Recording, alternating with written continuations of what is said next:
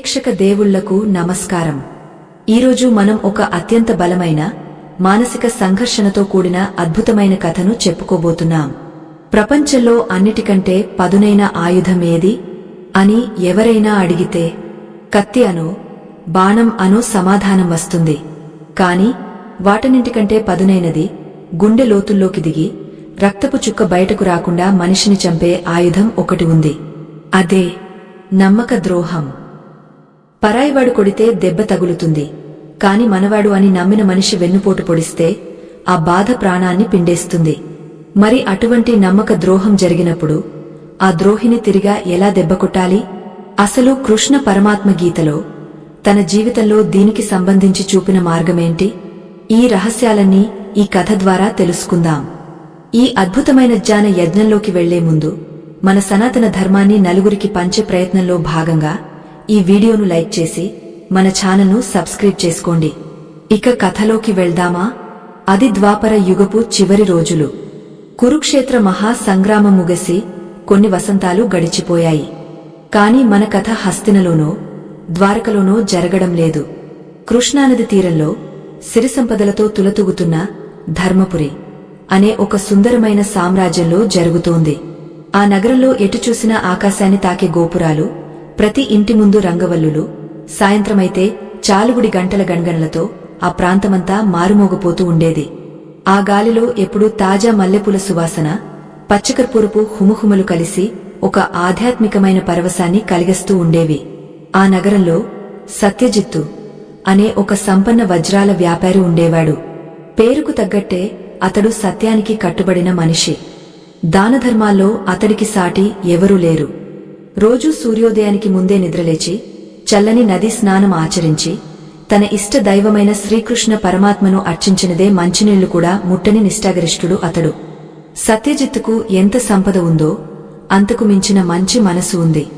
అతడి ఇల్లు ఎప్పుడూ అతిథులతో, బంధుమిత్రులతో కళకళలాడుతూ ఉండేది. అయితే సత్యజిత్తు జీవితంలో సంపద కంటే, కీర్తి కంటే అతడు ఎక్కువగా ప్రేమించేది, ప్రాణంగా నమ్మేది ఒకే ఒక్క వ్యక్తిని. అతడి పేరే సుధాముడు. సుధాముడు, సత్యజిత్తు చిన్ననాటి స్నేహితులు. ఒకే గురుకులంలో చదువుకున్నారు, ఒకే కంచెంలో తిన్నారు. సత్యజిత్తుది రాజధానిలో పెద్ద భవంతి అయితే సుధాముడిది ఒక సామాన్యమైన గుడిసె. కాని సత్యజిత్తు ఏనాడు ఆ తారతమ్యాన్ని చూడలేదు. తన వ్యాపార సామ్రాజ్యంలో సగం బాధ్యతను సుధాముడికి అప్పగించాడు. సత్యజిత్తు నోటి నుండి వచ్చే ప్రతి మాట సుధాముడికి శాసనం. సుధాముడు చెప్పిన ప్రతి లెక్క సత్యజిత్తుకు వేదవాక్కు. అంతటి గాయమైన బంధం వారిది. నగరంలో అందరూ వీరి స్నేహాన్ని చూసి కృష్ణార్జునుల స్నేహం పురాణాల్లో వినడమే కాని కళ్లారా చూడాలంటే సత్యజిత్తు సుధాములను చూడాలి అని చెప్పుకునేవారు. ఒకరోజు కార్తీక పౌర్ణమి నాడు ఆకాశంలో చంద్రుడు వెండి పళ్లెంలా మెరుస్తున్న వేళ సత్యజిత్తు తన పూజాగదిలో కూర్చుని ఉన్నాడు. గది నిండా సాంబ్రాణి పొగ అలుముకుని ఒక మాయని లోకాన్ని సృష్టిస్తోంది. నెయ్యి దీపాలు గాలికి రెపరెపలాడుతూ గోడలమీద నీడలతో నాట్యం చేస్తున్నాయి. సత్యజిత్తు కళ్ళు మూసుకుని ధ్యానంలో ఉన్నాడు. అతడి మనసులో ఒకటే ఆలోచన ఉంది. వ్యాపార రీత్యా తాను సుదూర దేశాలకు వెళ్లాల్సి ఉంది. దాదాపు 6 నెలల ప్రయాణం. ఈ సమయంలో తన మొత్తం ఆస్తిపాస్తులను, తన ఇంటి బాధ్యతను, తన ధనాగారాన్ని ఎవరికి అప్పగించాలి అని ఆలోచిస్తున్నాడు. అతడి మదిలో మెదిలిన ఒకే ఒక పేరు సుధాముడు. అతడికి తన స్నేహితుడి మీద ఉన్న నమ్మకం అటువంటిదే. వెంటనే సేవకుడిని పిలిచి సుధాముడిని రప్పించాడు. సుధాముడు వినయంగా చేతులు కట్టుకుని నిల్చున్నాడు. సత్యజిత్తు చిరునవ్వుతో లేచి తన స్నేహితుడిని ఆలింగనం చేసుకున్నాడు. మిత్రమా, నేను రేపు ఉదయం విదేశీ వాణిజ్యం కోసం నౌక ప్రయాణం చేస్తున్నాను. తిరిగి రావడానికి 6 నెలలు పట్టవచ్చు. ఈ రాజ్యంలో నాకున్న పేరు, ప్రతిష్ట, నా ధనాగారం తాళాలు, నా కుటుంబ బాధ్యత అన్నీ నీ చేతుల్లో పెడుతున్నాను. నీవు నా నీడవు కాదు, నా ఆత్మవు. నీవుంటే నేను ఇక్కడ ఉన్నట్టే అని చెప్పాడు. ఆ మాటలకు సుధాముడి కళ్లల్లో ఒక వింత మెరుపు మెరిసింది. అది ఆనందమో, ఆశ్చర్యమో, లేక ఇంకేదో తెలియని భావం. సత్యజిత్తు ఆ మెరుపును గమనించలేకపోయాడు. ఎందుకంటే స్వచ్ఛమైన మనసున్న వాడికి ఎదుటివారిలో కల్మషం కనిపించదు కదా. సుధాముడు సత్యజిత్తు పాదాలకు నమస్కరించి, నీ నమ్మకాన్ని నా ప్రాణంలా కాపాడతాను మిత్రమా అని మాటిచ్చాడు. ఆ మాట విని సత్యజిత్తు మనసు కుదుటపడింది. మరుసటి రోజు ఉదయం మంగళ వాయిద్యాలు మోగుతుండగా సముద్రతీరంలో అలల ఘోష మధ్య సత్యజిత్తు నౌక ఎక్కాడు. ఒడ్డున నిల్చుని సుధాముడు చేతులు ఊపుతున్నాడు. నౌక కనుమరుగయ్యే వరకు చూస్తూనే ఉన్నాడు. కాలం చక్రంలా తిరిగింది. రోజులు వారాలుగా, వారాలు నెలలుగా మారాయి. 6 నెలలు ఇట్టే గడిచిపోయాయి. సత్యజిత్తు తన వ్యాపారాన్ని విజయవంతంగా ముగించుకుని అపారమైన ధనరాశులతో, రత్నాలతో తిరిగి స్వదేశానికి బయలుదేరాడు. అతడి మనసంతా తన మిత్రుడు సుధాముడిని చూడాలనే ఆతృతతో నిండి ఉంది. నా మిత్రుడు నా కోసం ఎంతగా ఎదురుచూస్తున్నాడో, నా వ్యాపారాన్ని ఎంత బాగా అభివృద్ధి చేసి ఉంటాడో అని ఊహించుకుంటూ ఆనందబాష్పాలు రాల్చాడు. నౌక తీరం చేరింది. సత్యజిత్తు ఒడ్డుకు దిగాడు. కాని అక్కడ వాతావరణం ఏదో తేడాగా అనిపించింది. సాధారణంగా అతడు వస్తున్నాడంటే మంత్రులు, సామంతులు, ప్రజలు స్వాగతం పలికేవారు. కాని ఈసారి అక్కడ ఎవరూ లేరు. కేవలం నిశ్శబ్దం రాజ్యం చేస్తోంది. గాలి కూడా భయంగా వీస్తున్నట్టుంది. సత్యజిత్తు గుండెలో ఏదో తెలియని అలజడి మొదలైంది. వేగంగా గుర్రపు బండి ఎక్కి తన భవంతి వైపు వెళ్లాడు. భవంతి దగ్గరకు చేరుకోగానే అతడికి కనిపించిన దృశ్యం చూసి రక్తం గడ్డకట్టుకుపోయింది. తన ఇంటి ముందు ఉండాల్సిన రాజముద్రలు లేవు. ద్వారపాలకులు కొత్తగా ఉన్నారు. తన పేరుతో ఉన్న తోరణాలు చిరిగిపోయి ఉన్నాయి. గబగబా లోపలికి వెళ్లబోతే భటులు అతడిని అడ్డుకున్నారు. ఎవరు నువ్వు? అనుమతి లేకుండా లోపలికి వెళ్తున్నావు అని గద్దించారు. సత్యజిత్తుకు కోపం, ఆశ్చర్యం ఒక్కసారే ముంచుకొచ్చాయి. ఏమిటి ఈ అహంకారం? నేను ఈ ఇంటి యజమానిని, సత్యజిత్తును. పక్కకు తప్పుకోండి అని గర్జించాడు. అప్పుడు లోపలి నుండి ఒక పల్లకిలో అత్యంత ఖరీదైన పట్టువస్త్రాలు ధరించి మెడనిండా బంగారు ఆభరణాలతో ఒక వ్యక్తి బయటకు వచ్చాడు. అతడిని చూడగానే సత్యజిత్తు నోట మాట రాలేదు. అది మరెవరో కాదు, తన ప్రాణమిత్రుడు సుధాముడు. కాని ఆ ముఖంలో ఇప్పుడు వినయం లేదు, ఒక క్రూరమైన గర్వం తాండవిస్తోంది. సత్యజిత్తు ఆనందంతో సుధామా అని పిలవబోయాడు. కాని సుధాముడు వికటాట్టహాసం చేస్తూ భటుల వైపు చూసి, ఎవరు వీడు? పిచ్చివాడిలా ఉన్నాడు. నా పేరును అంత చనువుగా పిలుస్తున్నాడు.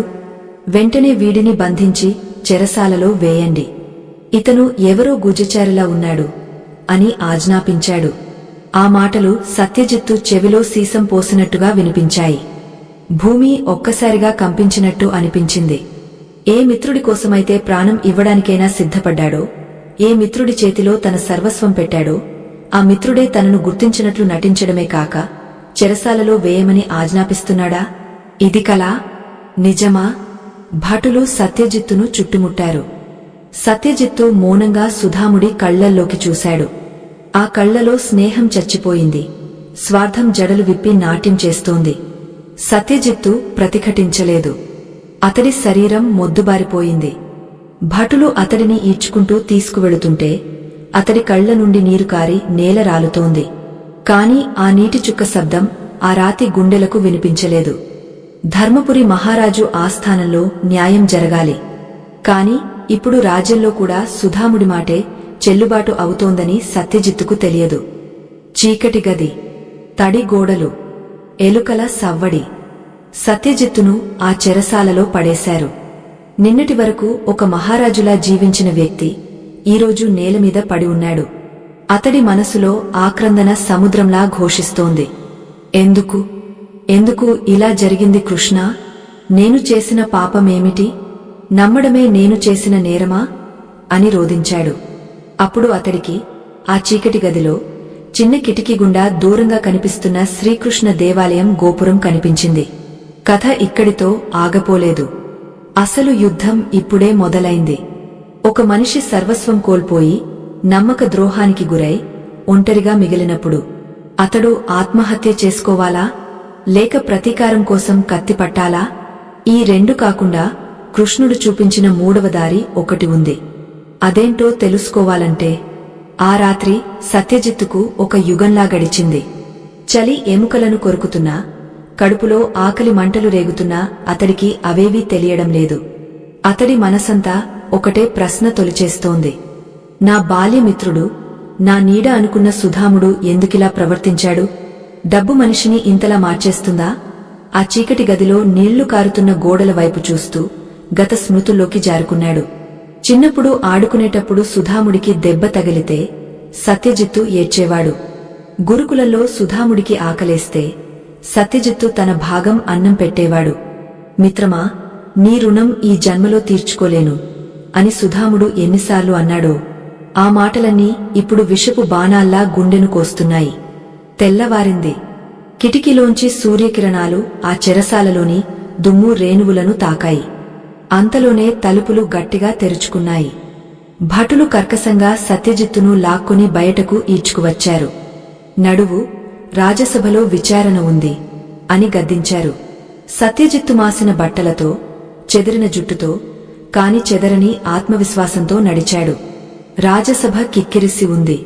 మంత్రులు, సామంతులు, పురప్రముఖులు అందరూ ఆసీనులై ఉన్నారు. ప్రధాన ఆసనం పక్కన ఒకప్పుడు సత్యజిత్తు కూర్చునే స్థానంలో ఇప్పుడు సుధాముడు దర్జాగా కూర్చుని ఉన్నాడు. అతడి కళ్లలో గెలిచానన్న అహంకారం స్పష్టంగా కనిపిస్తోంది. సత్యజిత్తును దోషిగా బోనులో నిలబెట్టారు. న్యాయాధికారి గంభీర స్వరంతో అడిగాడు, ముద్దాయి, నీ పేరేమిటి? ఎందుకు ఈ నగరంలో అల్లకల్లోలం సృష్టిస్తున్నావు? గౌరవనీయులైన సుధాముల వారి ఇంటిపై ఎందుకు దాడి చేశావు? ఆ ప్రశ్న వినగానే సత్యజిత్తుకు నవ్వాలో ఏడ్వాలో తెలియలేదు. అయ్యా, నేను ముద్దాయిని కాదు. ఈ ఆస్తికి, ఆ ఇంటికి నిజమైన యజమానిని. నా పేరు సత్యజిత్తు. సుధాముడు నా మిత్రుడు. వ్యాపారం కోసం విదేశాలకు వెళ్తూ నా బాధ్యతలన్నీ ఇతడికి అప్పగించాను. ఇప్పుడు ఇతడు నా ఆస్తిని కాజేయడమే కాక నన్ను అపరిచితుడిలా చూస్తున్నాడు అని గట్టిగా చెప్పాడు. అతడి గొంతులో సత్యం పలికిన కంపన ఉంది. సభలో జనం గుసగుసలాడారు. అప్పుడు సుధాముడు నెమ్మదిగా లేచాడు. మొసలి కన్నీరు కారుస్తూ చేతులు జోడించి ఇలా అన్నాడు, ప్రభూ, ఇతని మాటలు వింటుంటే నాకు జాలి వేస్తోంది. నా ప్రియమిత్రుడు సత్యజిత్తు 6 నెలల క్రితమే సముద్ర మధ్యంలో వచ్చిన తుఫానులో మునిగి చనిపోయాడని మాకు వార్త వచ్చింది. అతని ఆత్మకు శాంతి కలగాలని నేను నిన్ననే అన్నదానం కూడా చేశాను. కాని ఇతను అచ్చు నా మిత్రుడి పోలికలతో ఉన్న ఒక మోసగాడు. నా మిత్రుడి మరణాన్ని ఆసరాగా చేసుకుని ఆస్తిని కాజేయడానికి వచ్చిన బహురూపి ఇతడు. చనిపోయిన నా స్నేహితుడి పేరు చెప్పుకుని ఇతడు బతుకుతుంటే నా గుండె తరుక్కుపోతోంది అని కర్చీఫ్తో కళ్ళు తుడుచుకున్నాడు. ఎంతటి అద్భుతమైన నటన! సత్యజిత్తు నివ్వెరపోయాడు. తను బ్రతికి ఉండగానే చంపేశాడా? సుధాముడి తెలివికి, క్రూరత్వానికి అతడు బిత్తరపోయాడు. లేదు ప్రభూ, ఇతడు అబద్ధం చెబుతున్నాడు. నా శరీరమీద పుట్టుమచ్చలు చూడండి, నా చేతిరాతను పరీక్షించండి అని సత్యజిత్తు అరుస్తున్నా ధనబల ముందు సత్యం గొంతు మూగబోయింది. సుధాముడు అప్పటికే సాక్షులను, అధికారులను బంగారు నాణేలతో కొనేశాడు. కొంతమంది దొంగ సాక్షులు వచ్చి, అవును ప్రభూ, నిజమైన సత్యజిత్తుగారు చనిపోవడం మేము చూశాము, ఇతను వేరే ఊరి నుండి వచ్చిన మోసగాడు అని చెప్పారు. న్యాయాధికారి తీర్పు వెలువరించాడు. ఇతను ప్రజలను, రాజ్యాన్ని మోసం చేయడానికి ప్రయత్నించిన నేరానికి మరణశిక్ష విధించవచ్చు.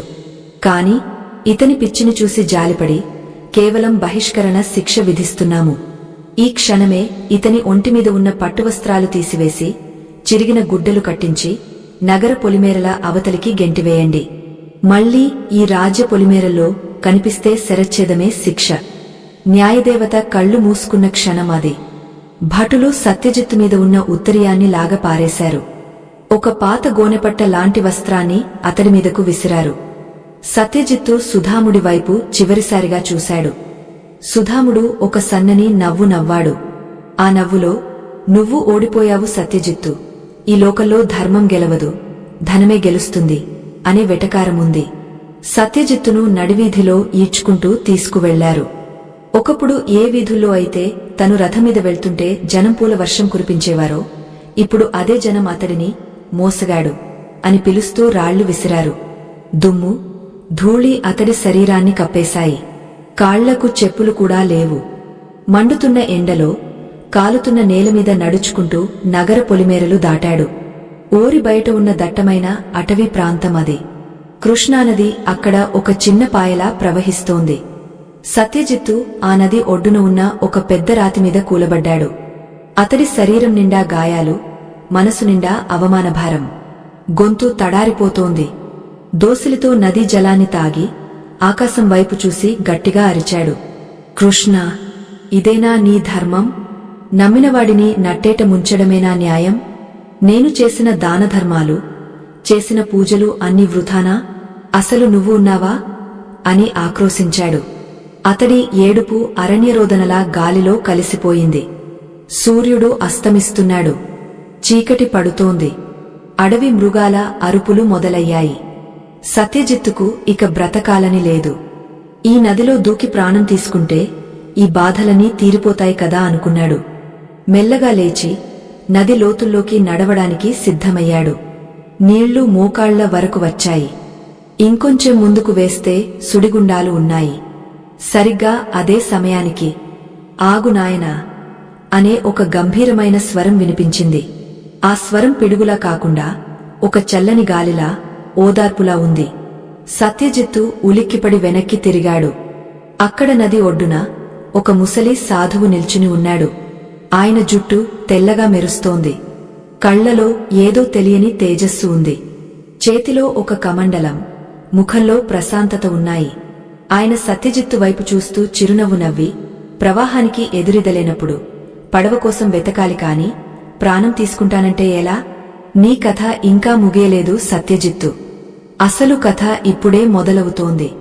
నీ దగ్గర పోయింది డబ్బే కదా, నీ సంకల్పం కాదుగా అన్నాడు. సత్యజిత్తు ఆశ్చర్యపోయాడు. ఈ అడవిలో ఈ సాధువుకు నా పేరు ఎలా తెలుసు? నా కథ ఎలా తెలుసు? మీరు ఎవరు స్వామీ అని అడిగాడు వణుకుతున్న స్వరంతో. ఆ సాధువు దగ్గరకు వచ్చి సత్యజిత్తు భుజం మీద చేయి వేశాడు. ఆ స్పర్శ తగలగానే సత్యజిత్తు శరీరంలో విద్యుత్ ప్రవహించినట్టు అయ్యింది. అలసట మాయమైంది. సాధువు ఇలా అన్నాడు, నన్ను కాలమని పిలుస్తారు, కర్మ అని పిలుస్తారు. అది అనవసరం. నీ మిత్రుడు నిన్ను మోసం చేసి గెలిచానని అనుకుంటున్నాడు. కాని వాడు నీకు ఒక గొప్ప అవకాశాన్ని ఇచ్చాడు. ప్రపంచాన్ని జయించే ఆయుధం కత్తి కాదు, మౌనం. నీవు కోల్పోయిన రాజ్యాన్ని తిరిగి పొందే మార్గం యుద్ధం కాదు, ధర్మ సూక్ష్మం. ఆ విద్యను నేర్చుకోవడానికి సిద్ధంగా ఉన్నావా? ఆ మాటలు సత్యజిత్తులో కొత్త ఆశను చిగురింపజేశాయి. మరణం అంచుదాకా వెళ్లినవాడు తిరిగి వెనక్కి వచ్చాడు. కాని మౌనంతో శత్రువుని ఎలా జయించాలి? అసలు శ్రీకృష్ణుడు చెప్పిన ఆ రహస్య మార్గం ఏమిటి? ఈ సాధువు సత్యజిత్తును ఎక్కడికి తీసుకువెళ్లాడు? సత్యజిత్తు ఆ సాధువు పాదాల మీద పడ్డాడు. కన్నీళ్లతో ఆ పాదాలను కడిగేస్తూ, స్వామీ, నాకు మార్గం చూపండి. నా హృదయం రగిలిపోతోంది. పగతో, ఆవేదనతో నేను కాలిపోతున్నాను. ఆ ద్రోహి సుధాముడు నా కళ్ల ముందే నా సింహాసనమీద కూర్చుని నవ్వుతుంటే నేను మౌనంగా ఎలా ఉండగలను? చేతకానివాడిలా ఎలా భరించగలను అని రోదించాడు. ఆ సాధువు చిరునవ్వు చెదరనివ్వకుండా సత్యజిత్తును లేపి తనతో పాటు అడవి లోపలికి నడవమని సైగ చేశాడు. ఆ రాత్రి నిశ్శబ్దంగా ఉంది. కీచురాళ్ల శబ్దం, దూరాన గుడ్లగుబల అరుపులు తప్ప మరే శబ్దం లేదు. వాళ్ళిద్దరూ అడవి బాటలో నడుస్తున్నారు. సాధువు ముందర నడుస్తుంటే ఆయన అడుగుల్లో అడుగు వేస్తూ సత్యజిత్తు అనుసరిస్తున్నాడు. కొంత దూరం వెళ్ళాక ఒక పవిత్రమైన ఆశ్రమం కనిపించింది. అక్కడ ఒక చిన్న పర్ణశాల, దాని ముందు వెలుగుతున్న ధుని, నిత్యాగ్ని ఉంది. ఆ ప్రదేశం అంతా ఒక దివ్యమైన ప్రశాంతతతో నిండి ఉంది. అక్కడ అడుగు పెట్టగానే సత్యజిత్తు మనసులోని ఆందోళన కొద్దిగా తగ్గినట్టు అనిపించింది. సాధువు ఒక చాప మీద కూర్చుని సత్యజిత్తును ఎదురుగా కూర్చోమన్నాడు. నాయనా సత్యజిత్తు, నీవు ఇప్పుడు అడుగుతున్న ప్రశ్న కురుక్షేత్రం మొదలయ్యే ముందు అర్జునుడు అడిగిన ప్రశ్న లాంటిదే. శత్రువు మనవాడైనప్పుడు, ధర్మం తప్పినప్పుడు కోపం రావడం సహజం. కానీ గుర్తుపెట్టుకో, కోపంతో తీసుకునే నిర్ణయం ఎప్పుడూ పరాజయాన్నే ఇస్తుంది. నీవు ఇప్పుడు తిరిగి వెళ్లి సుధాముడితో గొడవపడితే ఏమవుతుంది? నీ దగ్గర సైన్యం లేదు, ధనం లేదు, సాక్ష్యం లేదు. నీవు అరిచే కొద్దీ వాడు నిన్ను పిచ్చివాడిని అని మరింత గట్టిగా లోకానికి నమ్మించగలడు. అంటే నీ ఆవేశమే వాడికి ఆయుధం అవుతుంది. సత్యజిత్తు ఆలోచనలో పడ్డాడు. సాధువు చెప్పేది నిజమే కదా. తను కోర్టులో ఎంత గట్టిగా అరిచాడో జనం అంతగా తను పిచ్చివాడిని అనుకున్నారు. సాధువు కొనసాగించాడు. చూడు నాయనా, శ్రీకృష్ణ పరమాత్మ శిశుపాలుడిని 100 తప్పులు చేసేంతవరకు మౌనంగా భరించాడు. ఎందుకు? ఆ మౌనం శిశుపాలుడి అహంకారాన్ని పెంచింది. ఆ అహంకారమే వాడి మరణానికి కారణం అయ్యింది. ఇప్పుడు నీవు నేర్చుకోవాల్సిన విద్య మౌనయోగం. నీవు ఎప్పుడు మాట్లాడాలో, ఎప్పుడు మౌనంగా ఉండాలో తెలుసుకోవడమే నిజమైన విజయం. సుధాముడు నీనుంచి ఆస్తిని దొంగలించాడు, కాని నీ ప్రశాంతతను దొంగలించలేడు కదా. ముందు నీ మనసులో ఉన్న ప్రతీకార వాంఛను, ద్వేషాన్ని తీసేసి దాన్ని ఒక సంకల్పంగా మార్చుకో. కాని స్వామీ, మౌనంగా ఉంటే న్యాయం ఎలా గెలుస్తుంది? నా మౌనం వాడికి అంగీకారంలా అనిపించదా అని సందేహంగా అడిగాడు సత్యజిత్తు. అప్పుడు ఆ యోగ కళ్లలో ఒక తీక్షణమైన మెరుపు మెరిసింది.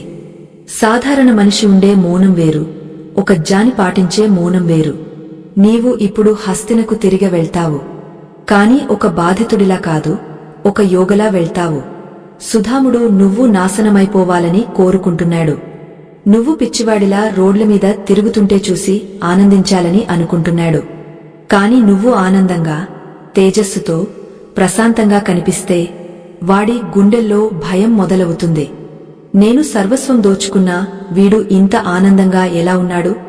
వీడి దగ్గర ఇంకేదో శక్తి ఉంది అని వాడు భయపడతాడు.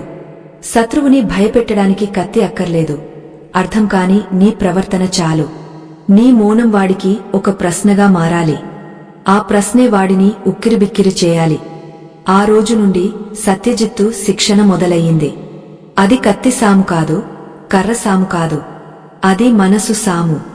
ప్రతిరోజు బ్రహ్మ ముహూర్తంలో నిద్రలేచి నదిలో స్నానం చేసి గంటల తరబడి ధ్యానం చేసేవాడు. మొదట్లో అతడి మనసు కోతిలా గంతులు వేసేది. పాత జ్ఞాపకాలు, అవమానాలు గుర్తొచ్చి రక్తం మరిగిపోయేది. కాని సాధువు నేర్పిన ప్రాణాయామ పద్ధతులతో, కృష్ణతత్వాన్ని అర్థం చేసుకోవడంతో నెమ్మదిగా అతడిలో మార్పు రావడం మొదలైంది. ఆకులు రాలాయి, చిగురించాయి, ఋతువులు మారాయి. దాదాపు 1 సంవత్సరం గడిచిపోయింది. ఇప్పుడు సత్యజిత్తు మునుపటి వ్యాపారిలా లేడు. అతడి ముఖంలో ఒక అపూర్వమైన వర్చస్సు వచ్చింది. కళ్లలో ఆకర్షణ శక్తి పెరిగింది. అతడి నడకలో రాజసం కంటే ఎక్కువైన గాంభీర్యముంది. ఒకప్పుడు పట్టుబట్టలు వేసుకుంటే రాని అందం ఇప్పుడు కేవలం ఒక కాషాయ వస్త్రాన్ని నడుముకు చుట్టుకుంటే వచ్చింది. అతడి గడ్డం పెరిగి ఋషిలా కనిపిస్తున్నాడు. అతడి హృదయంలో ద్వేషం స్థానంలో కరుణ, ప్రతీకారం స్థానంలో ధర్మస్థాపన అనే లక్ష్యం చేరాయి.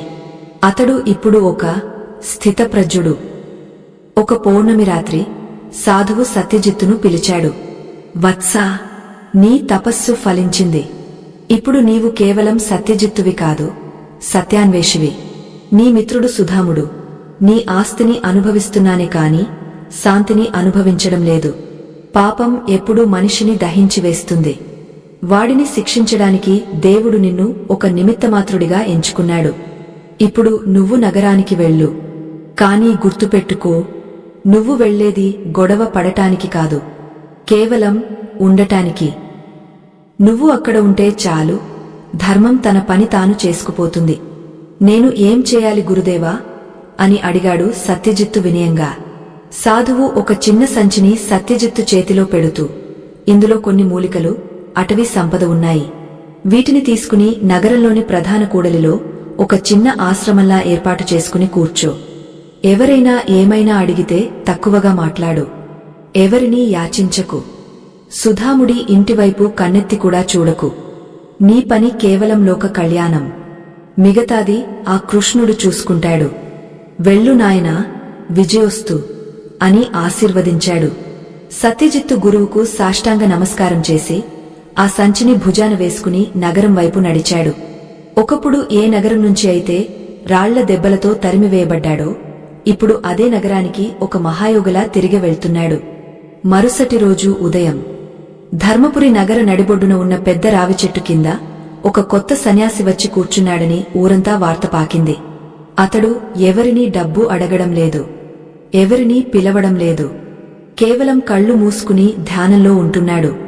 ఎవరైనా ఆకలితో వస్తే తన దగ్గర ఉన్న పళ్లను పెడుతున్నాడు. అతడి ముఖంలో ఉన్న తేజస్సు చూసి జనం ఆశ్చర్యపోతున్నారు. ఎవరో గొప్ప మహాత్ముడు వచ్చినట్టున్నారు అని జనం గుసగుసలాడుకుంటున్నారు. ఈ వార్త సుధాముడి చెవిలో పడింది. ఎవడో సన్యాసి వచ్చాడట, జనం పిచ్చివాళ్లలా వాడి చుట్టూ తిరుగుతున్నారు అని భటులు చెప్పారు. సుధాముడికి ఎందుకో తెలియని గుబులు మొదలైంది. నా రాజ్యంలో నా అనుమతి లేకుండా ఎవరూ ప్రసిద్ధులు కాకూడదు అనే అహంకారంతో ఆ సన్యాసిని చూడటానికి రథం మీద బయలుదేరాడు. రావి చెట్టు దగ్గర జనం కిక్కిరిసి ఉన్నారు. సుధాముడు రథం దిగి గర్వంగా జనాన్ని తోసుకుంటూ ముందుకు వచ్చాడు. చెట్టు కింద ప్రశాంతంగా కూర్చుని ఉన్న ఆ సన్యాసిని చూశాడు. ఆ సన్యాసి నెమ్మదిగా కళ్ళు తెరిచాడు. ఆ కళ్ళు సుధాముడి కళ్లతో కలిశాయి. ఆ క్షణం సుధాముడి గుండె ఆగపోయినంత పనైంది. ఆ కళ్ళు, అవి ఎక్కడో చూసినట్టున్నాయి. ఆ చూపులో ఉన్న తీక్షణత అతడి అంతరాత్మను కుదిపేసింది. సత్యజిత్తు ముఖం పూర్తిగా మారిపోయినా, గడ్డం పెరిగినా ఆ కళ్లలోని శక్తిని సుధాముడు గుర్తుపట్టగలిగాడా, లేక కేవలం భయమా?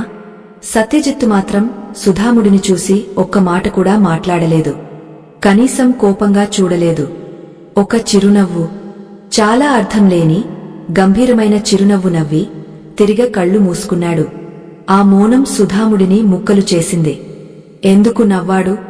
నన్ను చూసి భయపడలేదు, గౌరవించలేదు, పైగా నవ్వాడా అని సుధాముడి అహంకారం దెబ్బతింది. ఎవరు నువ్వు అని సుధాముడు గట్టిగా అరిచాడు. దానికి సత్యజిత్తు ఇచ్చిన సమాధానమేమిటి? ఆ ఒక్క సమాధానంతో సుధాముడి పతనం ఎలా మొదలైంది? ఆ రావి చెట్టు కింద వాతావరణం ఒక్కసారిగా స్తంభించిపోయింది. ఎవరు నువ్వు అని సుధాముడు చేసిన గర్జన ఆ ప్రాంతంలోని పక్షులను కూడా భయపెట్టింది. చుట్టూ ఉన్న జనం ఊపిరి బిగబట్టి చూస్తున్నారు.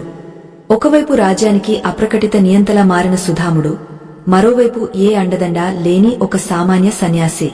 సింహానికి జింకకు మధ్య పోరాటంలా ఉందా దృశ్యం. సత్యజిత్తు నెమ్మదిగా కళ్ళు విప్పాడు. ఆ కళ్లలో ఎలాంటి బెదురు లేదు. ఒక తల్లి తన మొండి బిడ్డను చూసినట్టుగా, ఒక సముద్రం హోరుగాలిని చూసినట్టుగా అత్యంత ప్రశాంతంగా సుధాముడి కళ్లలోకి చూశాడు. ఆ చూపులో ఉన్న తీక్షణతకు సుధాముడు అప్రయత్నంగా ఒక అడుగు వెనక్కి వేశాడు. సత్యజిత్తు గొంతు పెగలగొలిపాడు. అది ఒకప్పుడు వ్యాపారం చేసేటప్పుడు ఉన్న గొంతు కాదు. హిమాలయ గుహల్లో ప్రతిధ్వనించే ఓంకార నాదంలా గంభీరంగా ఉంది. రాజా, నేను ఎవరిని అని అడుగుతున్నావా? నేను కాలం అనే ప్రవాహంలో కొట్టుకువచ్చిన ఒక చిన్న ఆకును. ఒకప్పుడు సర్వం నాదే అనుకున్న అజ్ఞానిని, ఇప్పుడు ఏదీ నాది కాదు అనుకుంటున్న విజ్ఞానిని. నేను ఒక అద్దం లాంటివాడిని.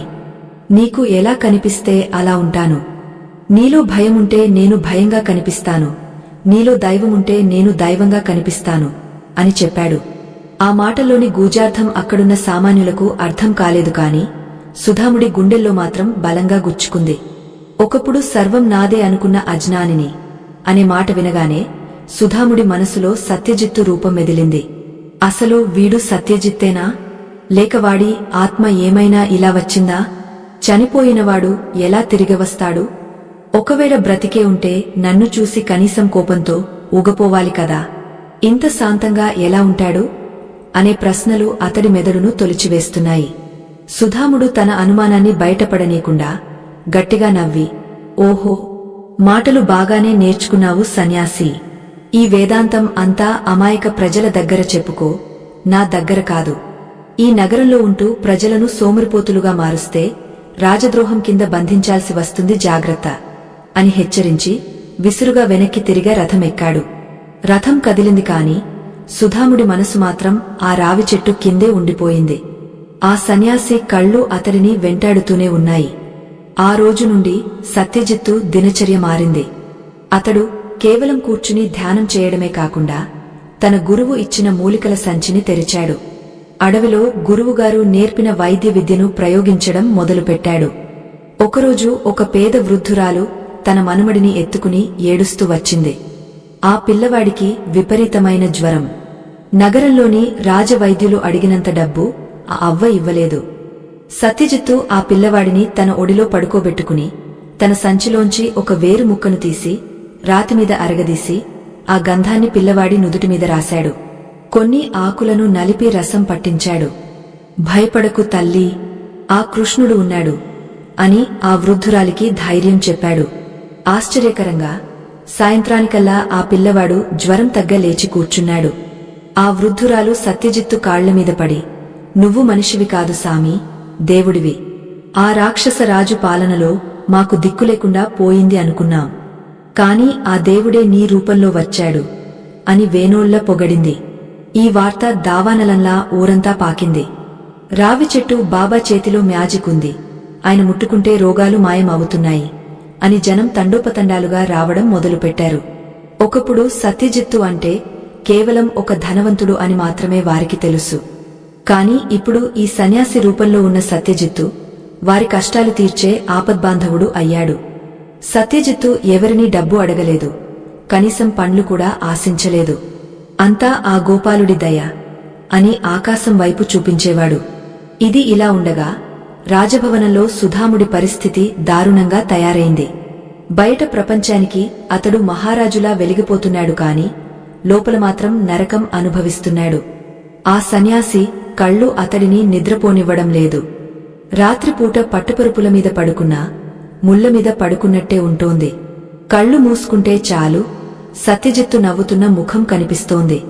ఒకరోజు రాత్రి సుధాముడు తన గదిలో అటూ ఇటూ పచార్లు చేస్తున్నాడు. గది నిండా అద్దాలు ఉన్నాయి. ఒక అద్దంలో తన ప్రతిబింబం చూసుకున్నాడు. తలమీద కెరీటం, ఒంటినిండా నగలు ఉన్నాయి. కాని ముఖంలో కళ లేదు. కళ్ల కింద నల్లటి వలయాలు వచ్చాయి. ఎందుకు నాకు భయం వేస్తోంది? వాడి ఆస్తి నాది, వాడి అధికారం నాది. నేనే గెలిచాను కదా, మరి ఆ సన్యాసి ముఖంలో ఉన్న ఆనందం నా ముఖంలో ఎందుకు లేదు అని పిచ్చివాడిలా తనని తాను ప్రశ్నించుకున్నాడు. అప్పుడే అక్కడికి సుధాముడి ప్రధాన గూఢచారి కాలసర్పం వచ్చాడు. వాడు పేరుకు తగ్గట్టే విషపు ఆలోచనలు ఉన్నవాడు. ప్రభూ, నగరంలో పరిస్థితి చేయి దాటిపోతోంది. జనం ఆ సన్యాసిని దేవుడిలా కొలుస్తున్నారు. అంతేకాదు, కొంతమంది బహిరంగంగానే మిమ్మల్ని ఆ సన్యాసితో పోలుస్తున్నారు. మన రాజు రాక్షసుడు, ఈ సన్యాసి దేవుడు అని అనుకుంటున్నారు. ఇలాగే వదిలేస్తే రేపు జనం తిరగబడి ఆ సన్యాసిని రాజుగా చేసినా ఆశ్చర్యం లేదు అని విషం నూరిపోశాడు. ఆ మాటలు సుధాముడి భయాన్ని మరింత పెంచాయి. అసూయతో అతడి రక్తం మరిగిపోయింది. వాడు బ్రతికి ఉంటేనే కదా సమస్య. వాడి మౌనం నన్ను చంపేస్తోంది. వాడి చూపు నన్ను కాల్చేస్తోంది. వాడిని ఇక ఉపేక్షించకూడదు అని నిర్ణయించుకున్నాడు. సుధాముడు వెంటనే తన దగ్గర ఉన్న అత్యంత క్రూరుడైన నమ్మకస్తుడైన ఒక హంతకుడిని పిలిచాడు. వాడి పేరు భైరవుడు. వాడు కత్తివాటంలో ఆరితేరినవాడు. చీకట్లో కూడా గురి తప్పకుండా బాణం వేయగలడు. సుధాముడు వాడి చేతిలో ఒక సంచి నిండా బంగారు నాణేలు పోశాడు. భైరవా, ఈ రాత్రికి రాత్రే ఆ సన్యాసి కథ ముగసిపోవాలి. ఏ ఆయుధం వాడతావో, ఎలా చంపుతావో నాకు అనవసరం. రేపు ఉదయానికి ఆ రావి చెట్టు కింద వాడి శవం మాత్రమే ఉండాలి. ఎవరికీ అనుమానం రాకూడదు. ఏదో అడవి జంతువు దాడి చేసి చంపినట్టుగా ఉండాలి అని ఆజ్ఞాపించాడు. భైరవుడు వికృతంగా నవ్వి, చిత్తం ప్రభు, రేపటి సూర్యుడు ఆ సన్యాసిని చూడడు. ఇది నా వాగ్దానం అని చెప్పి తన కత్తిని నడుముకు తగిలించుకుని చీకట్లోకి జారుకున్నాడు. అర్ధరాత్రి సమయం. అమావాస్య చీకటి చిక్కగా అలముకుంది. ఆకాశంలో నక్షత్రాలు కూడా మబ్బుల చాటున దాక్కున్నాయి. నగరం అంతాగాగ్య నిద్రలో ఉంది. రావి చెట్టు కింద సత్యజిత్తు ఒక రాయిమీద పడుకుని నిద్రపోతున్నాడు. చుట్టూ ఉన్న ఆశ్రమంలో నిశ్శబ్దముంది. గాలికి ఆకులు కదులుతున్న శబ్దం తప్ప మరేమీ వినిపించడం లేదు. భైరవుడు నల్లటి బట్టలు వేసుకుని పాములా శబ్దం చేయకుండా ఆ చెట్టు వెనుకకు చేరుకున్నాడు. అతడి చేతిలో పదునైన కత్తి మెరుస్తోంది. నిద్రపోతున్న సత్యజిత్తు మెడమీద ఒక్క వేటుతో తల నరకడానికి సిద్ధమయ్యాడు. మెల్లగా అడుగులో అడుగు వేస్తూ సత్యజిత్తు దగ్గరకు వచ్చాడు. కత్తి పైకి ఎత్తాడు. ఇంకొక్క క్షణం. ఆ కత్తి కిందకు దిగితే సత్యజిత్తు ప్రాణం గాలిలో కలిసిపోతుంది. కాని విధిరాతను మార్చగల శక్తి ఆ కత్తికి ఉందా? సరిగ్గా భైరవుడు కత్తిని కిందకు దించే క్షణంలో చెట్టు కొమ్మ మీద ఉన్న ఒక భారీ విష సర్పం బుసకొడుతూ కిందకు జారింది. సత్యజిత్తును కాపాడటానికా లేక భైరవుడి కర్మ కాలిపోవడానికా? సరిగ్గా కత్తి దించేలోపు ఏం జరిగింది? సత్యజిత్తు మౌనం ఈ హంతకుడిని ఎలా ఎదుర్కొంది? శ్రీకృష్ణుడు చెప్పిన ధర్మ మార్గం ఇక్కడ ఎలా పనిచేసింది? భైరవుడు తన చేతిలోని కత్తిని గాలిలోకి లేపాడు. అది మెరుపు వేగంతో సత్యజిత్తు మెడమీదకు దిగబోతోంది. ఆ క్షణంలో కాలం కూడా ఊపిరి బిగబట్టి చూస్తోంది. కాని విధి ఆడని నాటకం ముందు మనిషి ఎంతటివాడు? సరిగా కత్తి కిందకు దిగుతున్న సమయంలో ఆ రావి చెట్టు కొమ్మల మధ్య నుండి ఒక నల్లత్రాచు, ఒక నల్లని తాడులా జారి నేరుగా భైరవుడి కుడి భుజం మీద పడింది. అనుకోని ఆ స్పర్శకు భైరవుడు ఉలిక్కిపడ్డాడు. మరుక్షణమే ఆ పాము బుసకొడుతూ మెరుపు వేగంతో భైరవుడి మెడ పక్కన బలంగా కాటువేసింది. అమ్మో అనే ఆర్తనాదం భైరవుడి గొంతులో నుండి బయటకు వచ్చింది. ఆ బాధకు, ఆకస్మిక దాడికి అతడి చేతిలోని కత్తి జారిపోయి పక్కనే ఉన్న రాతిమీద గలగల మంటూ శబ్దం చేస్తూ పడిపోయింది. పాము పొదల్లోకి జారుకుంది. విషం నరాల్లోకి పాకుతుంటే భైరవుడు కింద పడి గలగలా కొట్టుకోవడం మొదలుపెట్టాడు. నోటి నుండి నురగ రావడం మొదలైంది. ఆ శబ్దానికి సత్యజిత్తు నిద్రలేచాడు. కళ్ళు తెరిచి చూసేసరికి తన పక్కనే ఒక ఆజానుబాహుడైన వ్యక్తి నల్లని దుస్తుల్లో ప్రాణాపాయ స్థితిలో కొట్టుకుంటున్నాడు. పక్కనే పదునైన కత్తి పడి ఉంది. పరిస్థితిని అర్థం చేసుకోవడానికి సత్యజిత్తుకు ఒక్క క్షణం కూడా పట్టలేదు. వీడు నన్ను చంపడానికి వచ్చాడు, కాని విధి వక్రించి వీడినే ప్రమాదంలో పడేసింది అని అతడికి అర్థమైంది. సాధారణ మనిషి అయితే ఆ పరిస్థితిలో ఏం చేస్తాడు? హమ్మయ్యా, నా శత్రువు వాడి పాపానికి వాడే బలయ్యాడు, పీడ వదిలింది అని పారిపోతాడు. లేదా నన్నే చంపడానికి వస్తావా అని ఆ కత్తి తీసుకుని వాడిని పొడిచి చంపుతాడు.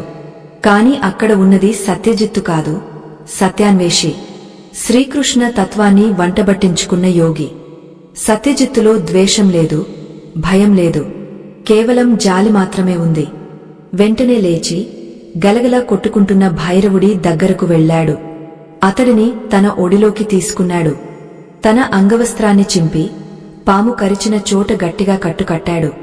తన మూలికల సంచిని తెరిచి విషాన్ని విరిచే ఒక ప్రత్యేకమైన వేరును తీసి దాన్ని రాతిమీద వేగంగా నూరి ఆ పసరును భైరవుడి నోట్లో పోశాడు. మరికొంత పసరును గాయం మీద రాశాడు. కళ్ళు మూసుకుని మృత్యుంజయ మంత్రాన్ని జపించడం మొదలుపెట్టాడు. సుమారు 1 గంట గడిచింది. భైరవుడి శరీరం నెమ్మదిగా కుదుటపడింది. విషం ప్రభావం తగ్గింది. అతడు నెమ్మదిగా కళ్ళు తెరిచాడు. అతడికి ముందుగా కనిపించింది ఆకాశం కాదు, తనను చంపాలనుకున్న సన్యాసి ముఖం. సత్యజిత్తు చిరునవ్వుతో అతడి నుదుటిమీద చెమటను తుడుస్తున్నాడు. భైరవుడికి మతిపోయినంత పనైంది. నువ్వు నన్ను బతికించావా అని అడిగాడు భైరవుడు వణుకుతున్న గొంతుతో. నా పక్కన కత్తి ఉంది, నేను నిన్ను చంపడానికి వచ్చానని నీకు తెలుసు కదా, అయినా ఎందుకు కాపాడావు? నన్ను చంపేస్తే నీకు శత్రువు లేకుండా పోయేవాడు కదా. సత్యజిత్తు ప్రశాంతంగా, గంభీరంగా ఇలా అన్నాడు. నాయనా, చంపడం నీ ధర్మం, కాపాడటం నా ధర్మం. నీవు నీ ధర్మాన్ని పాటించడానికి వచ్చావు, నేను నా ధర్మాన్ని పాటించాను. పాము తన స్వభావం కొద్ది కరిచింది, నేను నా స్వభావం కొద్ది మందు వేశాను. ఎవరి స్వభావం వారిది. నా ప్రాణాన్ని తీయడానికి నువ్వు ఎవరు? ఆ పైన ఉన్న పరమాత్మ నిర్ణయించాలి కాని. ఆ మాటలు భైరవుడి గుండెల్లో నాటుకుపోయాయి. అంతటి క్రూర హంతకుడి కళ్లలో నీళ్లు తిరిగాయి. అతడు లేచి సత్యజిత్తు పాదాలమీద పడ్డాడు. స్వామీ, నేను ఎందరినో చంపాను, కాని మొదటిసారి ఓడిపోయాను. మీ మంచితనం ముందు నా కత్తి ఓడిపోయింది. నన్ను క్షమించండి. నన్ను పంపింది మరెవరో కాదు, ఆ రాజభవనంలో ఉన్న సుధాముడు. మీరంటే అతడికి భయం, అందుకే మిమ్మల్ని చంపమని నాకు బంగారం ఇచ్చాడు అని నిజం ఒప్పుకున్నాడు. సత్యజిత్తు నవ్వి, నాకు తెలుసు నాయనా, వెళ్ళు, నీ దారిన నువ్వు వెళ్ళు. కాని ఒక్కటి గుర్తుపెట్టుకో, మనిషిని చంపడానికి ఆయుధం కావాలి కాని మనిషిని గెలవడానికి ప్రేమ చాలు. ఈరోజు నువ్వు నా ప్రేమ చేతిలో ఓడిపోయావు అన్నాడు. భైరవుడు లేచి నిల్చున్నాడు. ఇకపై నేను కత్తి పట్టను స్వామీ, ఈ చేతులతో ఎవరి ప్రాణం తీయను అని శపథం చేసి తల వంచుకుని చీకట్లో వెళ్లిపోయాడు. తెల్లవారింది. రాజభవనంలో సుధాముడు ఆతృతగా ఎదురుచూస్తున్నాడు. ఈపాటికి ఆ సన్యాసి చచ్చిపోయి ఉంటాడు. భైరవుడు శుభవార్తతో వస్తాడు అని సంబరపడుతున్నాడు.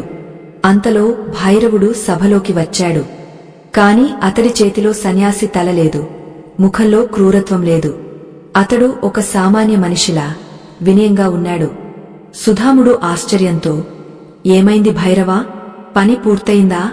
ఆ సన్యాసి శవం ఎక్కడా అని అడిగాడు. భైరవుడు రాజు వైపు నేరుగా చూసి, లేదు రాజా, ఆ పని జరగలేదు, ఇక జరగదు కూడా. ఆ సన్యాసి మనిషి కాదు, దైవం.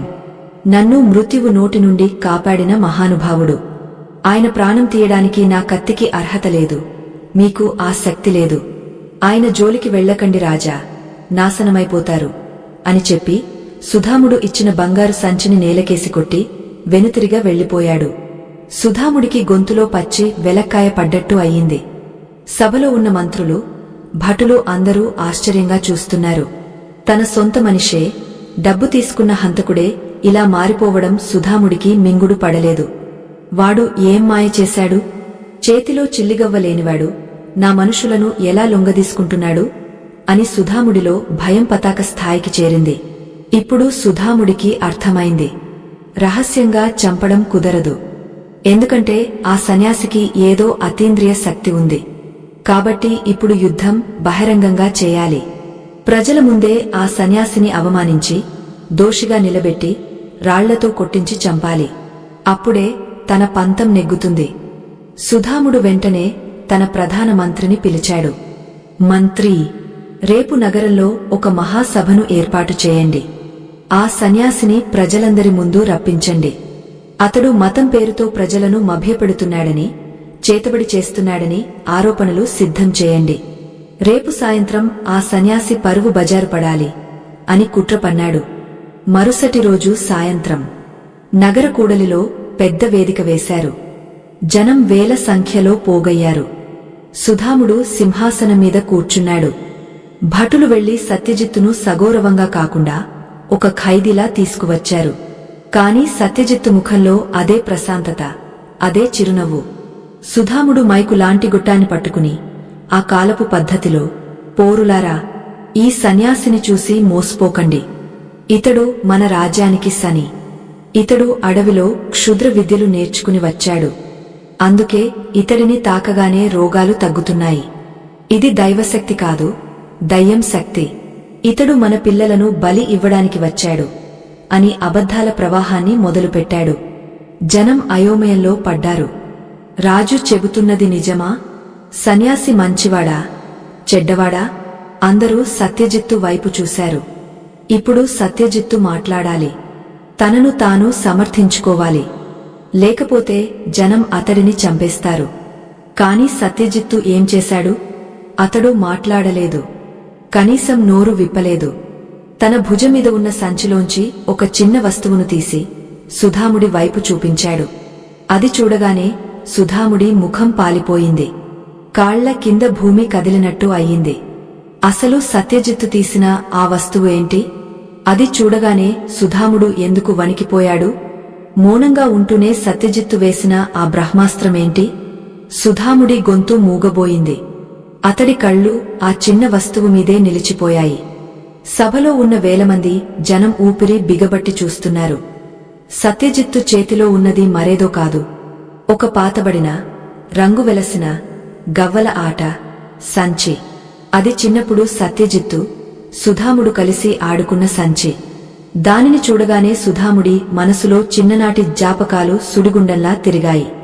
ఒకసారి చిన్నప్పుడు సుధాముడు ఆకలితో ఏడుస్తుంటే సత్యజిత్తు తన బంగారు గొలుసును తాకట్టు పెట్టి ఆ గవ్వల సంచిని గెలుచుకుని వచ్చిన డబ్బుతో సుధాముడి ఆకలి తీర్చాడు. అప్పుడు సుధాముడు, మిత్రమా, ఈ గవ్వల సాక్షిగా చెబుతున్నా, నా ప్రాణం నీదే అని మాటిచ్చాడు. ఆ సంచిని సత్యజిత్తు ఇన్నాళ్లుగా దాచుకున్నాడని సుధాముడికి తెలియదు.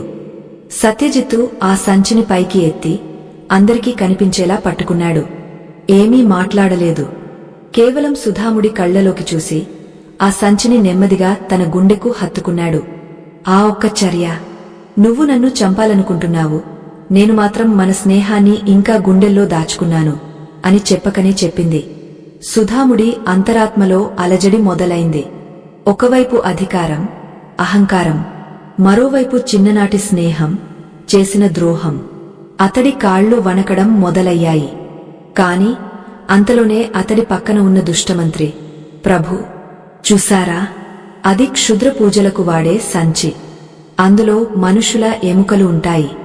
ప్రజలను మభ్యపెట్టడానికి వాడు నాటకాలు ఆడుతున్నాడు అని చెవిలో గుసగుసలాడాడు. ఆ మాటతో సుధాముడు తేరుకున్నాడు. తన బలహీనతను కప్పిపుచ్చుకోవడానికి మరింత గట్టిగా అరిచాడు. చూశారా ప్రజలారా, అది మంత్రించిన సంచి. దానితో మిమ్మల్ని వశపరుచుకోవాలి అనుకుంటున్నాడు. సైనికులారా, వెంటనే ఆ సంచిని లాక్కోండి, ఆ సన్యాసిని బంధించండి అని ఆజ్ఞాపించాడు. భటులు సత్యజిత్తు వైపు దూసుకువచ్చారు. కాని అప్పుడే ఒక అద్భుతం జరిగింది. జనంలో నుండి ఒక వృద్ధురాలు ముందుకు వచ్చింది. ఆమె మరెవరో కాదు, సత్యజిత్తు వైద్యం వల్ల బతికిన పిల్లవాడి నానమ్మ. ఆమె చేతిలో ఒక కర్ర ఉంది.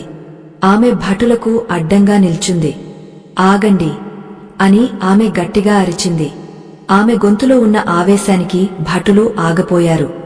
ఈయన మంత్రగాడు కాదు, మహానుభావుడు, నా మనవడి ప్రాణం నిలబెట్టిన దేవుడు.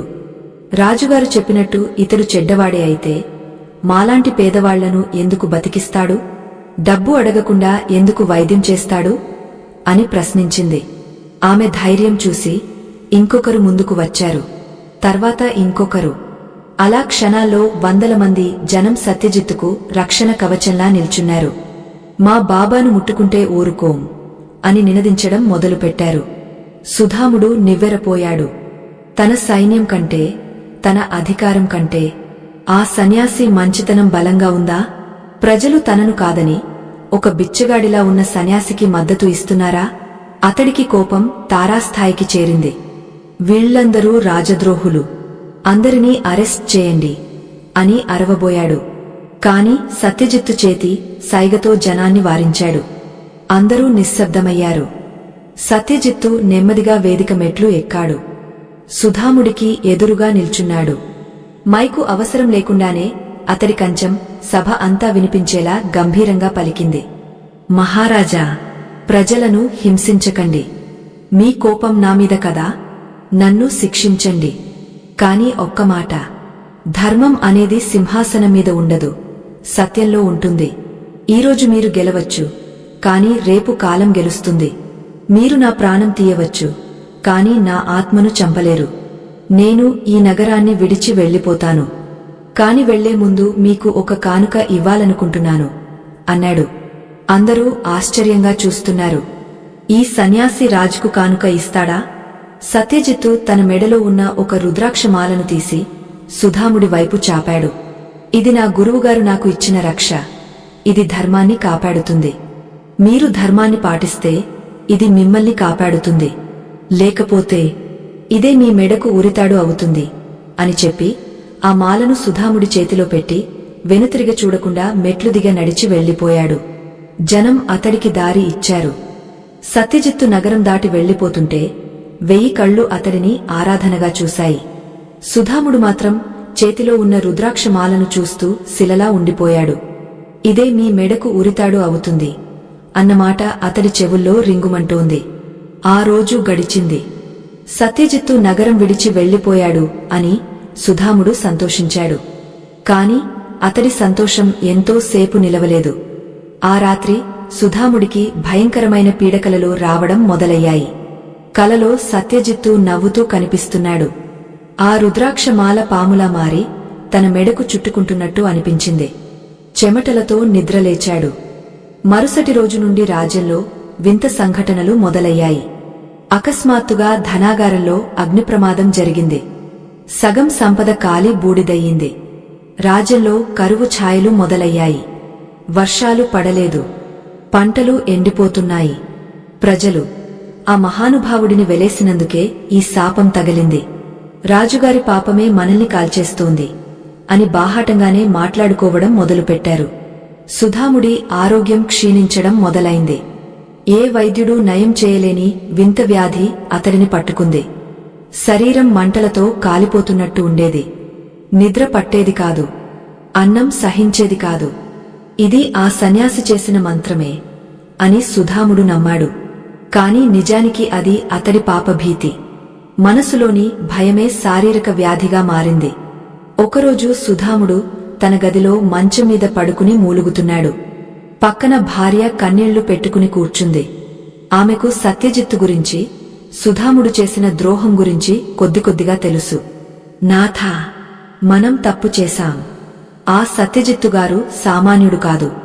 మీరు ఆయన ఆస్తిని లాక్కున్నారు సరే, కాని ఆయన మనసును గాయపరిచారు. అందుకే ఈ శిక్ష. దయచేసి ఆయన ఎక్కడున్నాడో వెతికి కాళ్లమీద పడి క్షమాపణ అడగండి, లేకపోతే మన వంశం నిలవదు అని వేడుకుంది. సుధాముడికి అహంకారం అడ్డు వచ్చింది. నేను రాజును, ఒక బిచ్చగాడి కాళ్లమీద పడతానా? నెవర్ అని గట్టిగా అరిచాడు. కాని లోపల మాత్రం అతడికి తెలుసు, తన పతనం మొదలైంది అని. ఇలా ఉండగా పొరుగు రాజ్యం కళింగ రాజుకు ఈ విషయాలు తెలిసాయి. ధర్మపురిలో రాజు బలహీనపడ్డాడు.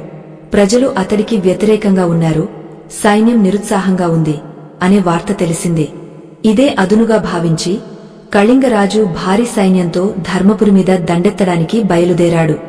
ఒక ఉదయం ధర్మపురి కోట గోడల బయట కళింగ సైన్యం మోహరించి ఉంది. యుద్ధం తథ్యం. సుధాముడి దగ్గర సైన్యం ఉంది కాని వాళ్లలో గెలవాలనే కసి లేదు.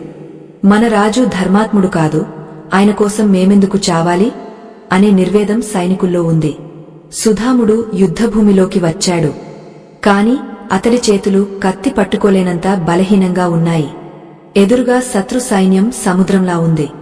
తన ఓటమి ఖాయమని అర్థమైంది. ఈరోజుతో నా కథ ముగిసింది. సత్యజిత్తు శాపం ఫలించింది అని కళ్ళు మూసుకున్నాడు. సరిగ్గా కళింగరాజు యుద్ధం ప్రకటించే శంఖం ఊదబోతున్నాడు. అప్పుడు అడవి వైపు నుండి ఒక వింత శబ్దం వినిపించింది. గోవిందా గోవిందా అనే నామస్మరణ గాలిలో మార్మోగింది. అందరూ అటు వైపు చూశారు. అడవిలో నుండి వందల మంది గరిజనులు, సాధారణ ప్రజలు చేతుల్లో కర్రలు, రాళ్లు పట్టుకుని ఒక వ్యక్తి నాయకత్వంలో పరిగెత్తుకుంటూ వస్తున్నారు. ఆ నాయకుడు కాషాయ వస్త్రాలతో, చేతిలో ఎలాంటి ఆయుధం లేకుండా కేవలం ఒక ధ్వజం, జెండా పట్టుకుని ముందు నడుస్తున్నాడు. అతడి జుట్టు గాలిలో ఎగురుతోంది. అతడు మరెవరో కాదు, సత్యజిత్తు. సుధాముడి కళ్ళు ఆశ్చర్యంతో విప్పారాయి. వీడు ఎందుకు వచ్చాడు? నన్ను చంపించడానికా? శత్రువులతో చేతులు కలిపాడా అనుకున్నాడు. కాని సత్యజిత్తు చేసింది వేరు.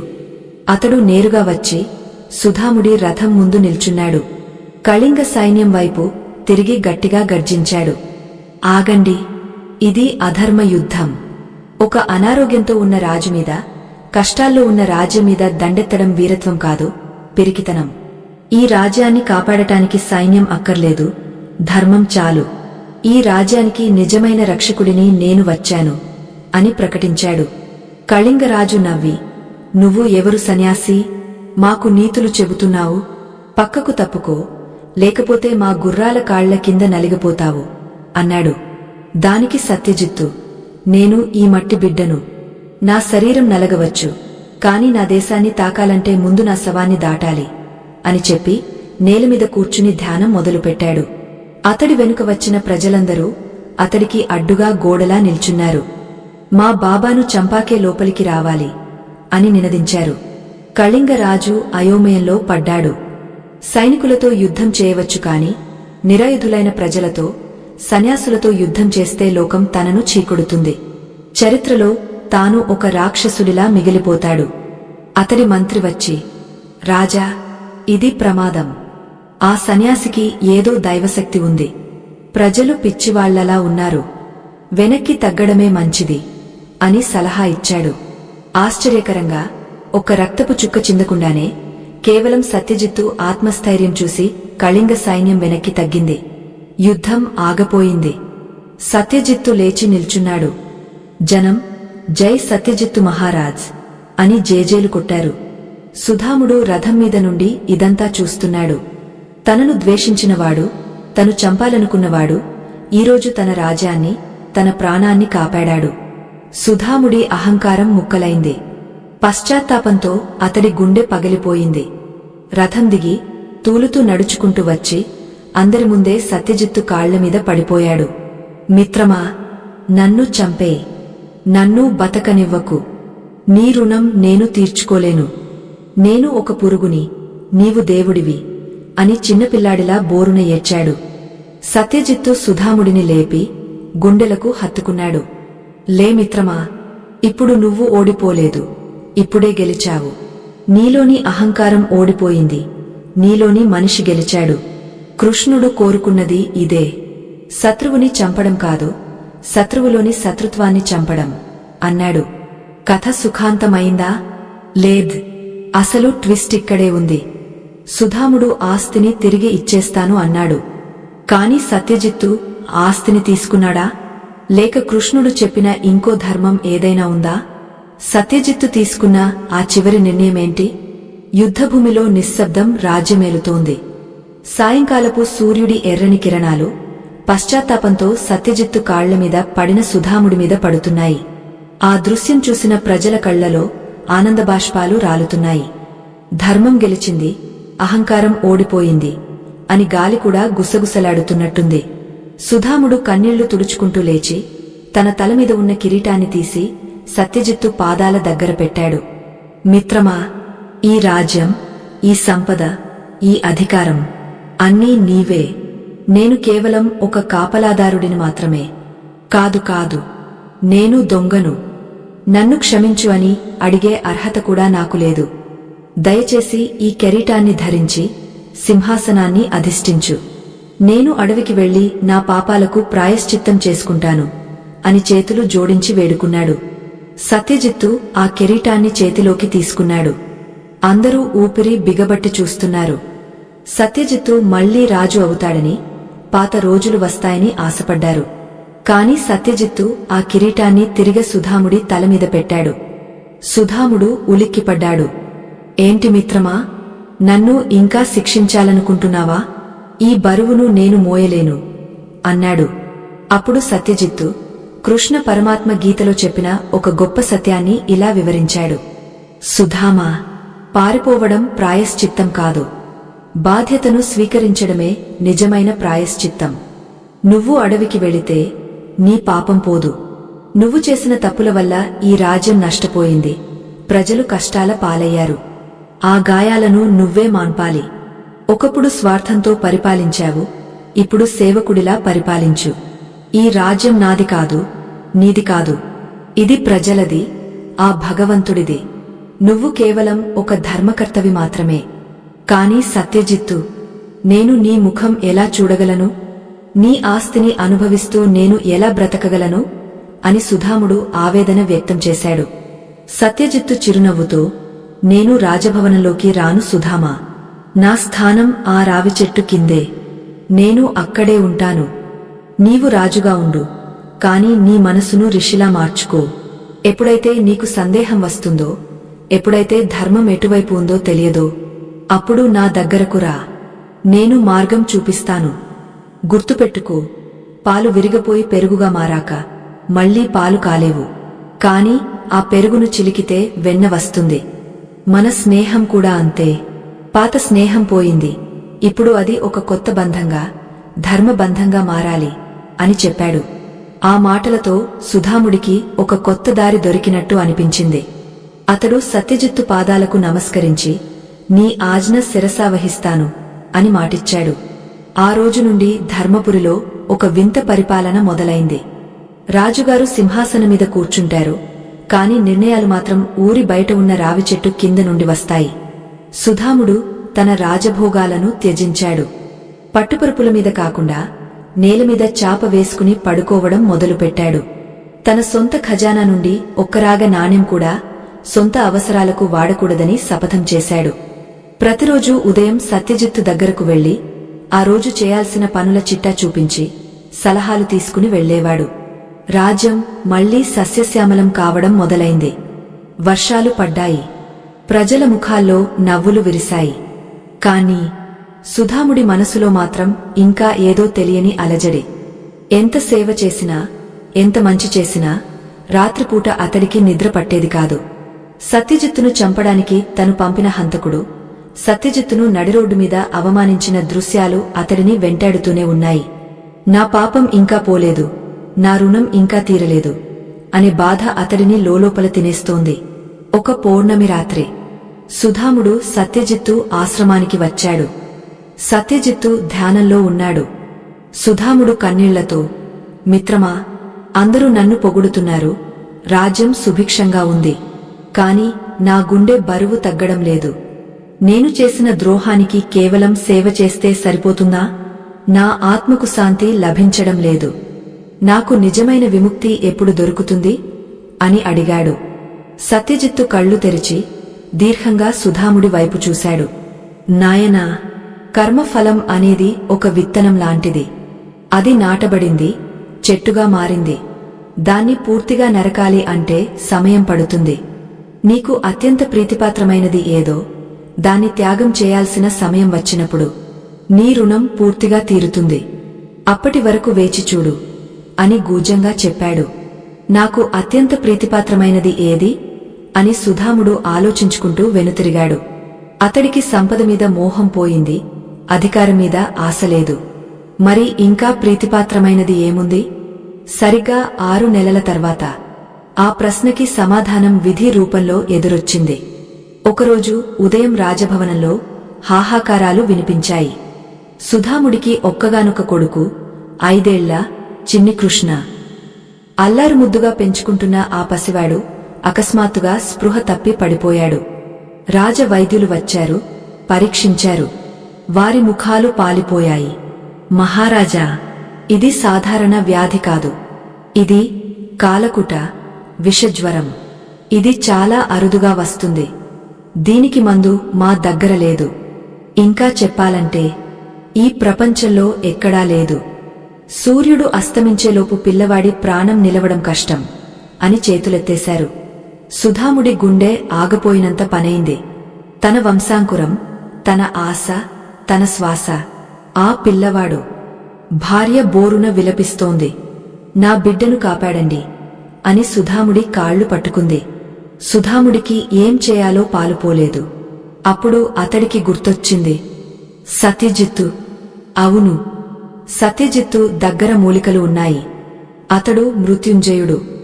భైరవుడిని బతికించాడు, ఆ ముసలవ్వ మనవడిని బతికించాడు. నా కొడుకును ఖచ్చితంగా బతికిస్తాడు అనే ఆశతో స్పృహలో లేని కొడుకును ఎత్తుకుని పరుగు పరుగున రావిచెట్టు దగ్గరకు బయలుదేరాడు. కాని దారిలో అతడి అంతరాత్మ ఒక ప్రశ్న వేసింది. నువ్వు ఎవరి దగ్గరకు వెళ్తున్నావు? ఎవరినైతే చంపాలని చూశావో, ఎవరి వంశం నాశనం కావాలని కోరుకున్నావో ఆ మనిషి దగ్గరకు వెళ్లి ఈరోజు నీ వంశాన్ని నిలబెట్టమని అడగగలవా? ఏ ముఖం పెట్టుకుని అడుగుతావు? సుధాముడి కాళ్ళు తడబడ్డాయి. కాని పుత్రవాత్సల్యం అతడిని ముందుకు నెట్టింది. ఆశ్రమం చేరేసరికి సాయంత్రం అవుతోంది. సత్యజిత్తు హోమం చేస్తున్నాడు.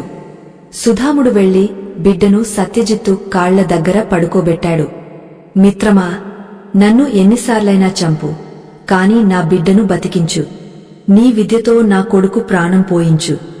నీకు దాసుడిని అయిపోతాను అని ఏడ్చాడు. సత్యజిత్తు ఆ పిల్లవాడిని చూశాడు. నాడి పట్టుకున్నాడు. అతడి ముఖం గంభీరంగా మారింది. సుధామా, విధి చాలా విచిత్రమైనది. వీడికి వచ్చిన జ్వరం సామాన్యమైనది కాదు. దీనికి ఒక్కటే మందు ఉంది. కాని ఆ మందు చాలా ప్రమాదకరమైనది. అది దొరకడం అసాధ్యం అన్నాడు. ఏమిటది? నా ప్రాణం తీసైనా సరే తెస్తాను చెప్పు అన్నాడు సుధాముడు. హిమాలయాల్లో మాత్రమే దొరికే సంజీవని లాంటి ఒక అరుదైన వేరు నా దగ్గర ఉంది. కాని ఆ వేరు పని చేయాలంటే దాన్ని నూరి పసరు తీసేటప్పుడు ఆ పసరు తీసే వ్యక్తి తన గుండె రక్తాన్ని అందులో కలపాలి. అప్పుడు మాత్రమే ఆ మందు శక్తివంతం అవుతుంది. కాని అలా రక్తమిచ్చిన వ్యక్తి ప్రాణానికి ప్రమాదం. ఆ వ్యక్తి బతికే అవకాశం చాలా తక్కువ. నువ్వు రక్తం ఇస్తావా అని అడిగాడు సత్యజిత్తు. సుధాముడు వణికిపోయాడు. తను చనిపోతే రాజ్యం ఏమవుతుంది, భార్య ఏమవుతుంది? కాని కొడుకు చనిపోతే తను బతకలేడు. నేను సిద్ధం మిత్రమా అన్నాడు. అప్పుడు సత్యజిత్తు వారించాడు.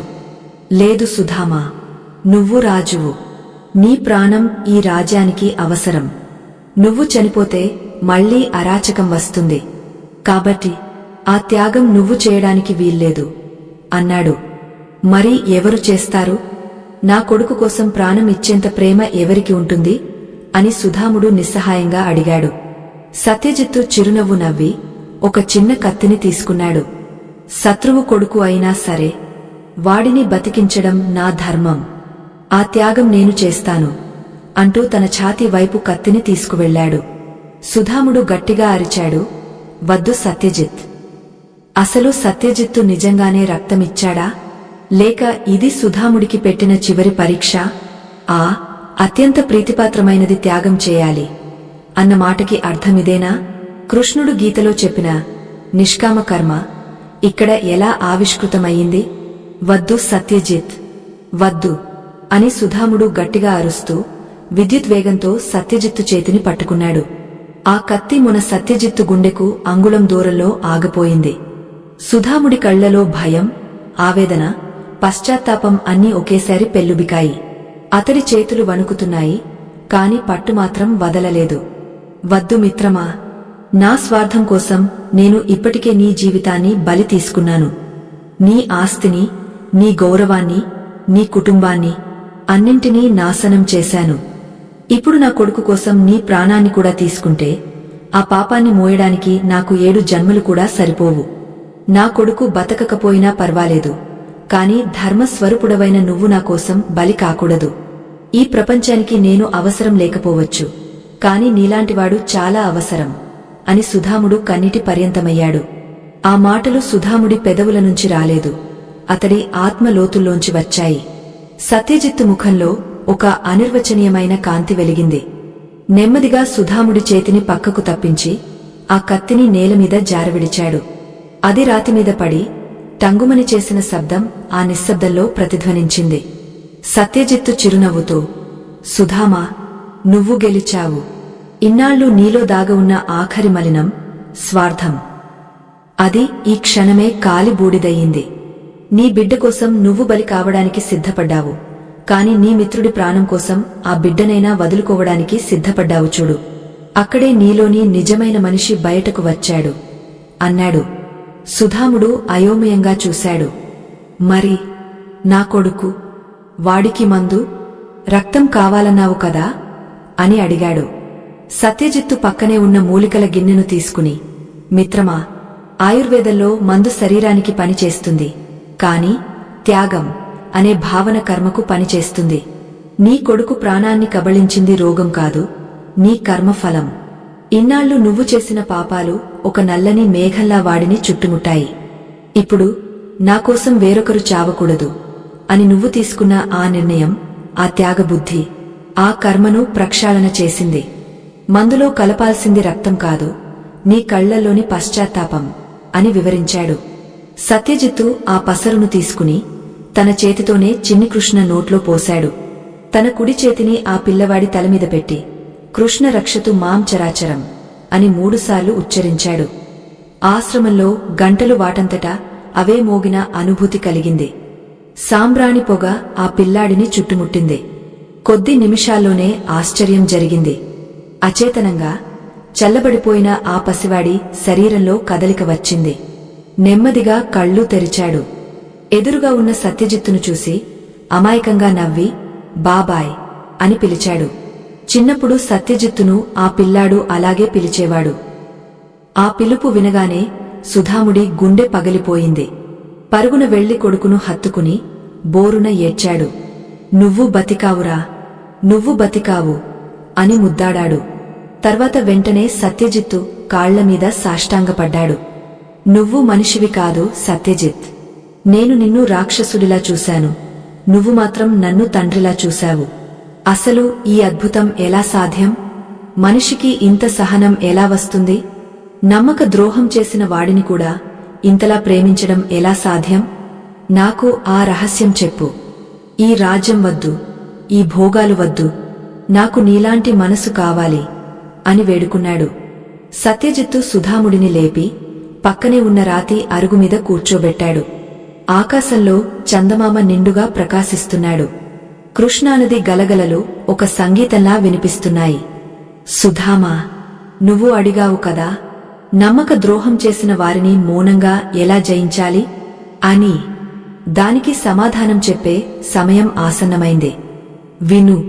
మహాభారతంలో కృష్ణుడు చేసింది యుద్ధం కాదు, ధర్మస్థాపన. ఆయన ఆయుధం పట్టలేదు, కాని అందరి చేత ఆయుధాలు పట్టించాడు. ఆయన రహస్యం ఒక్కటే, సాక్షితత్వం. సుధాముడు శ్రద్ధగా వింటున్నాడు. నీవు నన్ను మోసం చేశావని తెలిసిన రోజు నేను మొదట కుంగపోయాను, కోపంతో రగిలిపోయాను. కాని నా గురువుగారు నాకు ఒక సత్యం చెప్పారు. సత్యజిత్, వాడు నిన్ను మోసం చేసింది నీ ధనం కోసం. ధనం జడ పదార్థం, నిర్జీవం. ఒక నిర్జీవమైన వస్తువు కోసం సజీవమైన నీ మనశ్శాంతిని ఎందుకు చంపుకుంటావు? వాడు తీసుకున్నది కేవలం వస్తువులే, నీ అదృష్టాన్ని కాదు, నీ ప్రతిభను కాదు అని చెప్పారు. సత్యజిత్తు కొనసాగించాడు. అప్పుడు నేను ఒక వ్రతం పూనాను. అదే మౌన వ్రతం. నువ్వు నన్ను తిట్టినప్పుడు నేను తిరిగి తిడితే నీకు నాకు తేడా ఉండదు. నేను మౌనంగా ఉండటం వల్ల నీ మాటలు నా వరకు రాకుండా తిరిగే నీ వైపే వెళ్లాయి. ఒక రబ్బరు బంతిని గోడకు కొడితే అది రెట్టింపు వేగంతో వెనక్కి వస్తుంది. అలాగే నువ్వు చేసిన నిందలు, నువ్వు చేసిన కుట్రలు నా మౌనం అనే గోడకు తగిలి తిరిగే నీకే తగలాయి.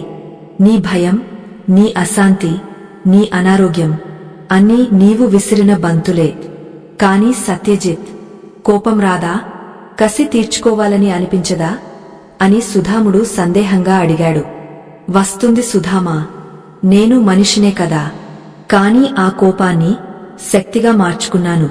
ప్రతీకారం తీర్చుకోవాలనే తపనను నన్ను నేను ఉద్ధరించుకోవాలి అనే తపనగా మార్చుకున్నాను. నువ్వు నన్ను కిందకి లాగాలని చూస్తున్నప్పుడు నేను పైకి ఎదగడానికి ప్రయత్నించాను. నువ్వు నా శరీరాన్ని జయించావు, కాని నేను నా మనసును జయించాను. ప్రపంచంలో తనను తాను జయించిన వాడిని బయట వాళ్లు ఎవరూ ఓడించలేరు. అదే శ్రీకృష్ణుడు గీతలో చెప్పిన ఆత్మసంయమ యోగం. సుధాముడికి జ్ఞానోదయం అయినట్టు అనిపించింది. కళ్ల ముందు పొరలు తొలగిపోయాయి. మిత్రమా, నీవు చెప్పింది అక్షర సత్యం. నేను నిన్ను గెలవాలని రోజు యుద్ధం చేశాను, అందుకే ఓడిపోయాను. నువ్వు యుద్ధమే చేయలేదు, అందుకే గెలిచావు. కాని ఇప్పుడు నా ముందు ఒక పెద్ద సమస్య ఉంది అన్నాడు సుధాముడు దిగులుగా. ఏమిటది అని అడిగాడు సత్యజిత్తు. నేను మారానని నాకు తెలుసు, నీకు తెలుసు. కాని ఈ లోకం నమ్ముతుందా? ప్రజలు నన్ను ఇంకా ఆ నీచుడైన సుధాముడిలానే చూస్తున్నారు. నా కొడుకు బతికినా వాడు పెరిగ పెద్దయ్యాక మీ నాన్న ద్రోహి అని ఎవరైనా అంటే వాడు తలదించుకోవాలి కదా. ఈ మచ్చను నేను ఎలా చెరుపుకోవాలి? అసలు పాపాన్ని కడిగే మార్గముందా? సత్యజిత్తు కాసేపు మౌనంగా ఉండిపోయాడు.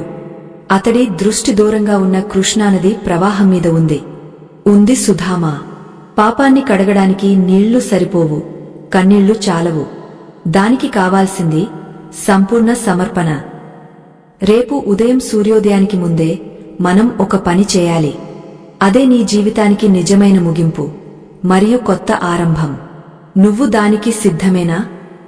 నువ్వు విషం తాగమన్నా తాగుతాను సత్యజిత్.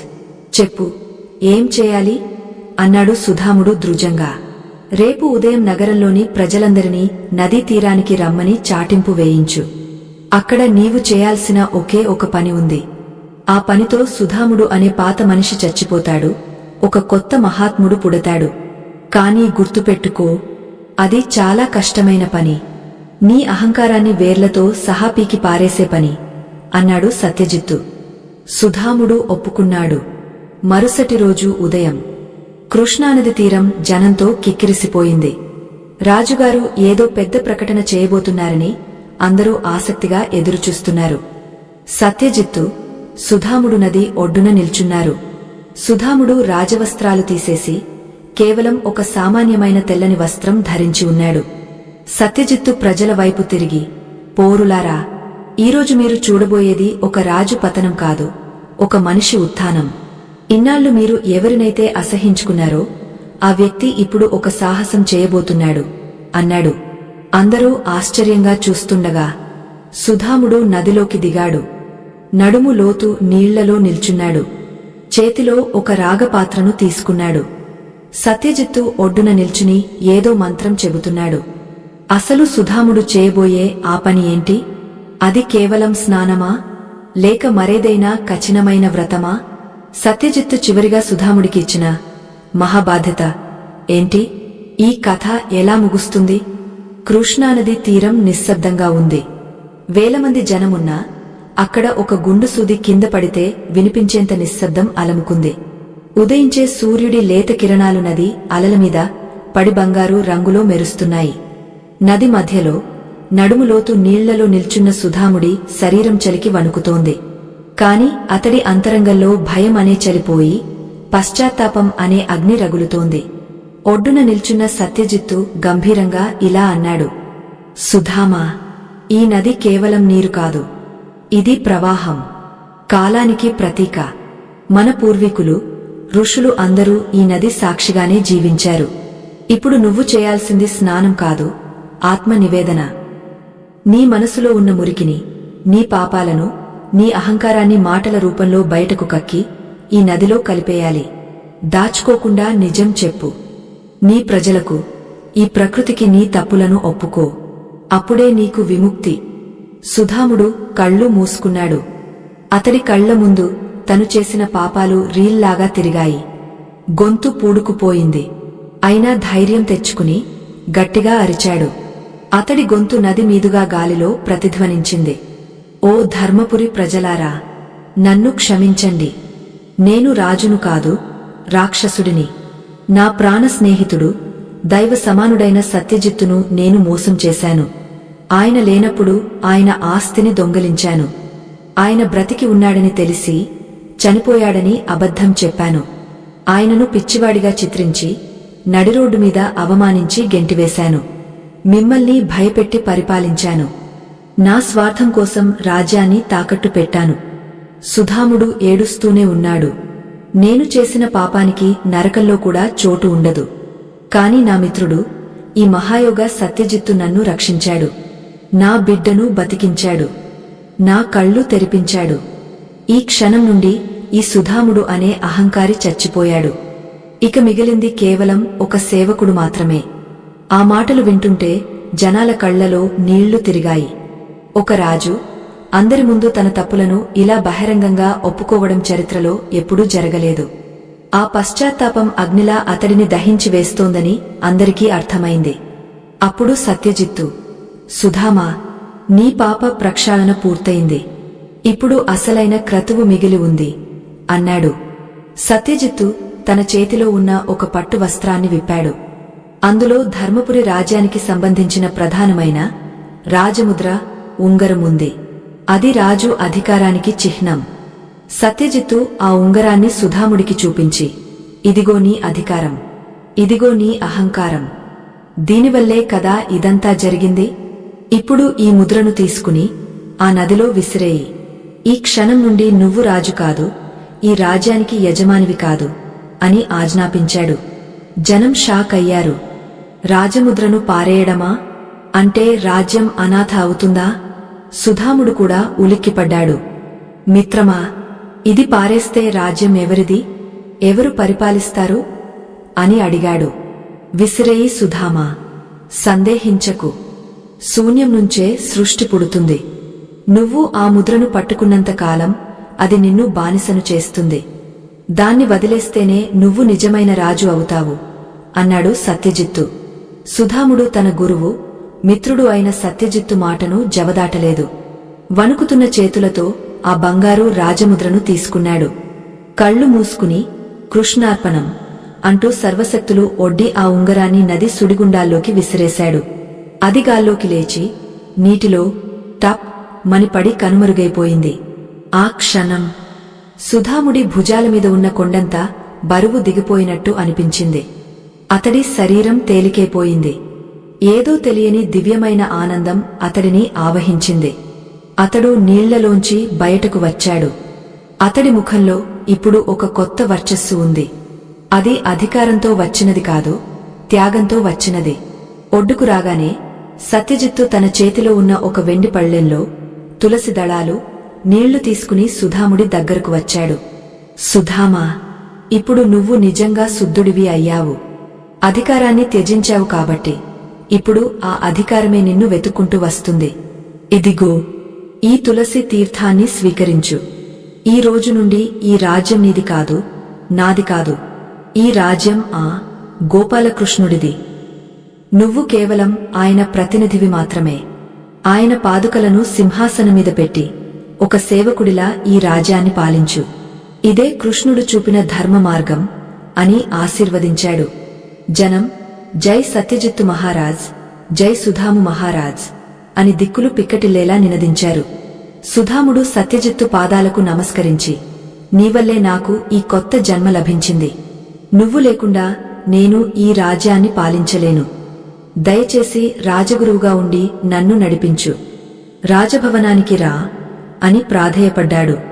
అందరూ సత్యజిత్తు సమాధానం కోసం ఎదురుచూస్తున్నారు. సత్యజిత్తు చిరునవ్వు నవ్వి, సుధామా, నది సముద్రంలో కలవాలి కాని వెనక్కి ప్రవహించకూడదు. నేను రాజభవనానికి రాలేను. నా కర్తవ్యం ఇక్కడితో ముగిసింది. నేను వెళ్లవలసిన సమయం వచ్చింది అన్నాడు. ఏంటి, వెళ్ళిపోతావా? ఎక్కడికి? మమ్మల్ని వదిలి ఎక్కడికి వెళ్తావు అని సుధాముడు, ప్రజలు ఆందోళన చెందారు. సత్యజిత్తు ఆకాశం వైపు చూశాడు. ప్రతి కథకు ఒక ముగింపు ఉండాలి. అప్పుడే అది చరిత్ర అవుతుంది. నేను ఇక్కడే ఉంటే ప్రజలు నీమీద ఆధారపడటం మానేసి నామీద ఆధారపడతారు. అప్పుడు నువ్వు ఎప్పటికీ స్వతంత్రంగా ఎదగలేవు. నువ్వు సొంతంగా నడవాలంటే నేను నీ చెయ్యి వదలాలి. అంతేకాదు, నేను తెలుసుకున్న ఈ మౌన విజయం అనే రహస్యాన్ని, ఈ ధర్మ సూక్ష్మాన్ని ప్రపంచానికి పంచాలి. ఎంతోమంది నమ్మక ద్రోహంతో కుమిలిపోతున్నారు. వారికి దారి చూపించాలి అన్నాడు. కాని మిత్రమా, వెళ్లే ముందు ఒక్క మాట. నమ్మక ద్రోహం చేసిన వారిని మౌనంగా జయించాం సరే, మరి మళ్లీ అటువంటి ద్రోహం జరగకుండా ఉండాలంటే ఏం చేయాలి? అసలు మనిషిని ఎప్పటికీ సంతోషంగా ఉంచే ఆ రహస్యమేంటి? చివరిగా మాకు ఆ జ్ఞానాన్ని ప్రసాదించి వెళ్ళు అని సుధాముడు అడిగాడు. సత్యజిత్తు నవ్వి, ఆ రహస్యం ఈ ప్రయాణంలో చివరి మజిలీ. అది తెలుసుకుంటే ఇక మనిషికి చావు పుట్టుకల భయం ఉండదు.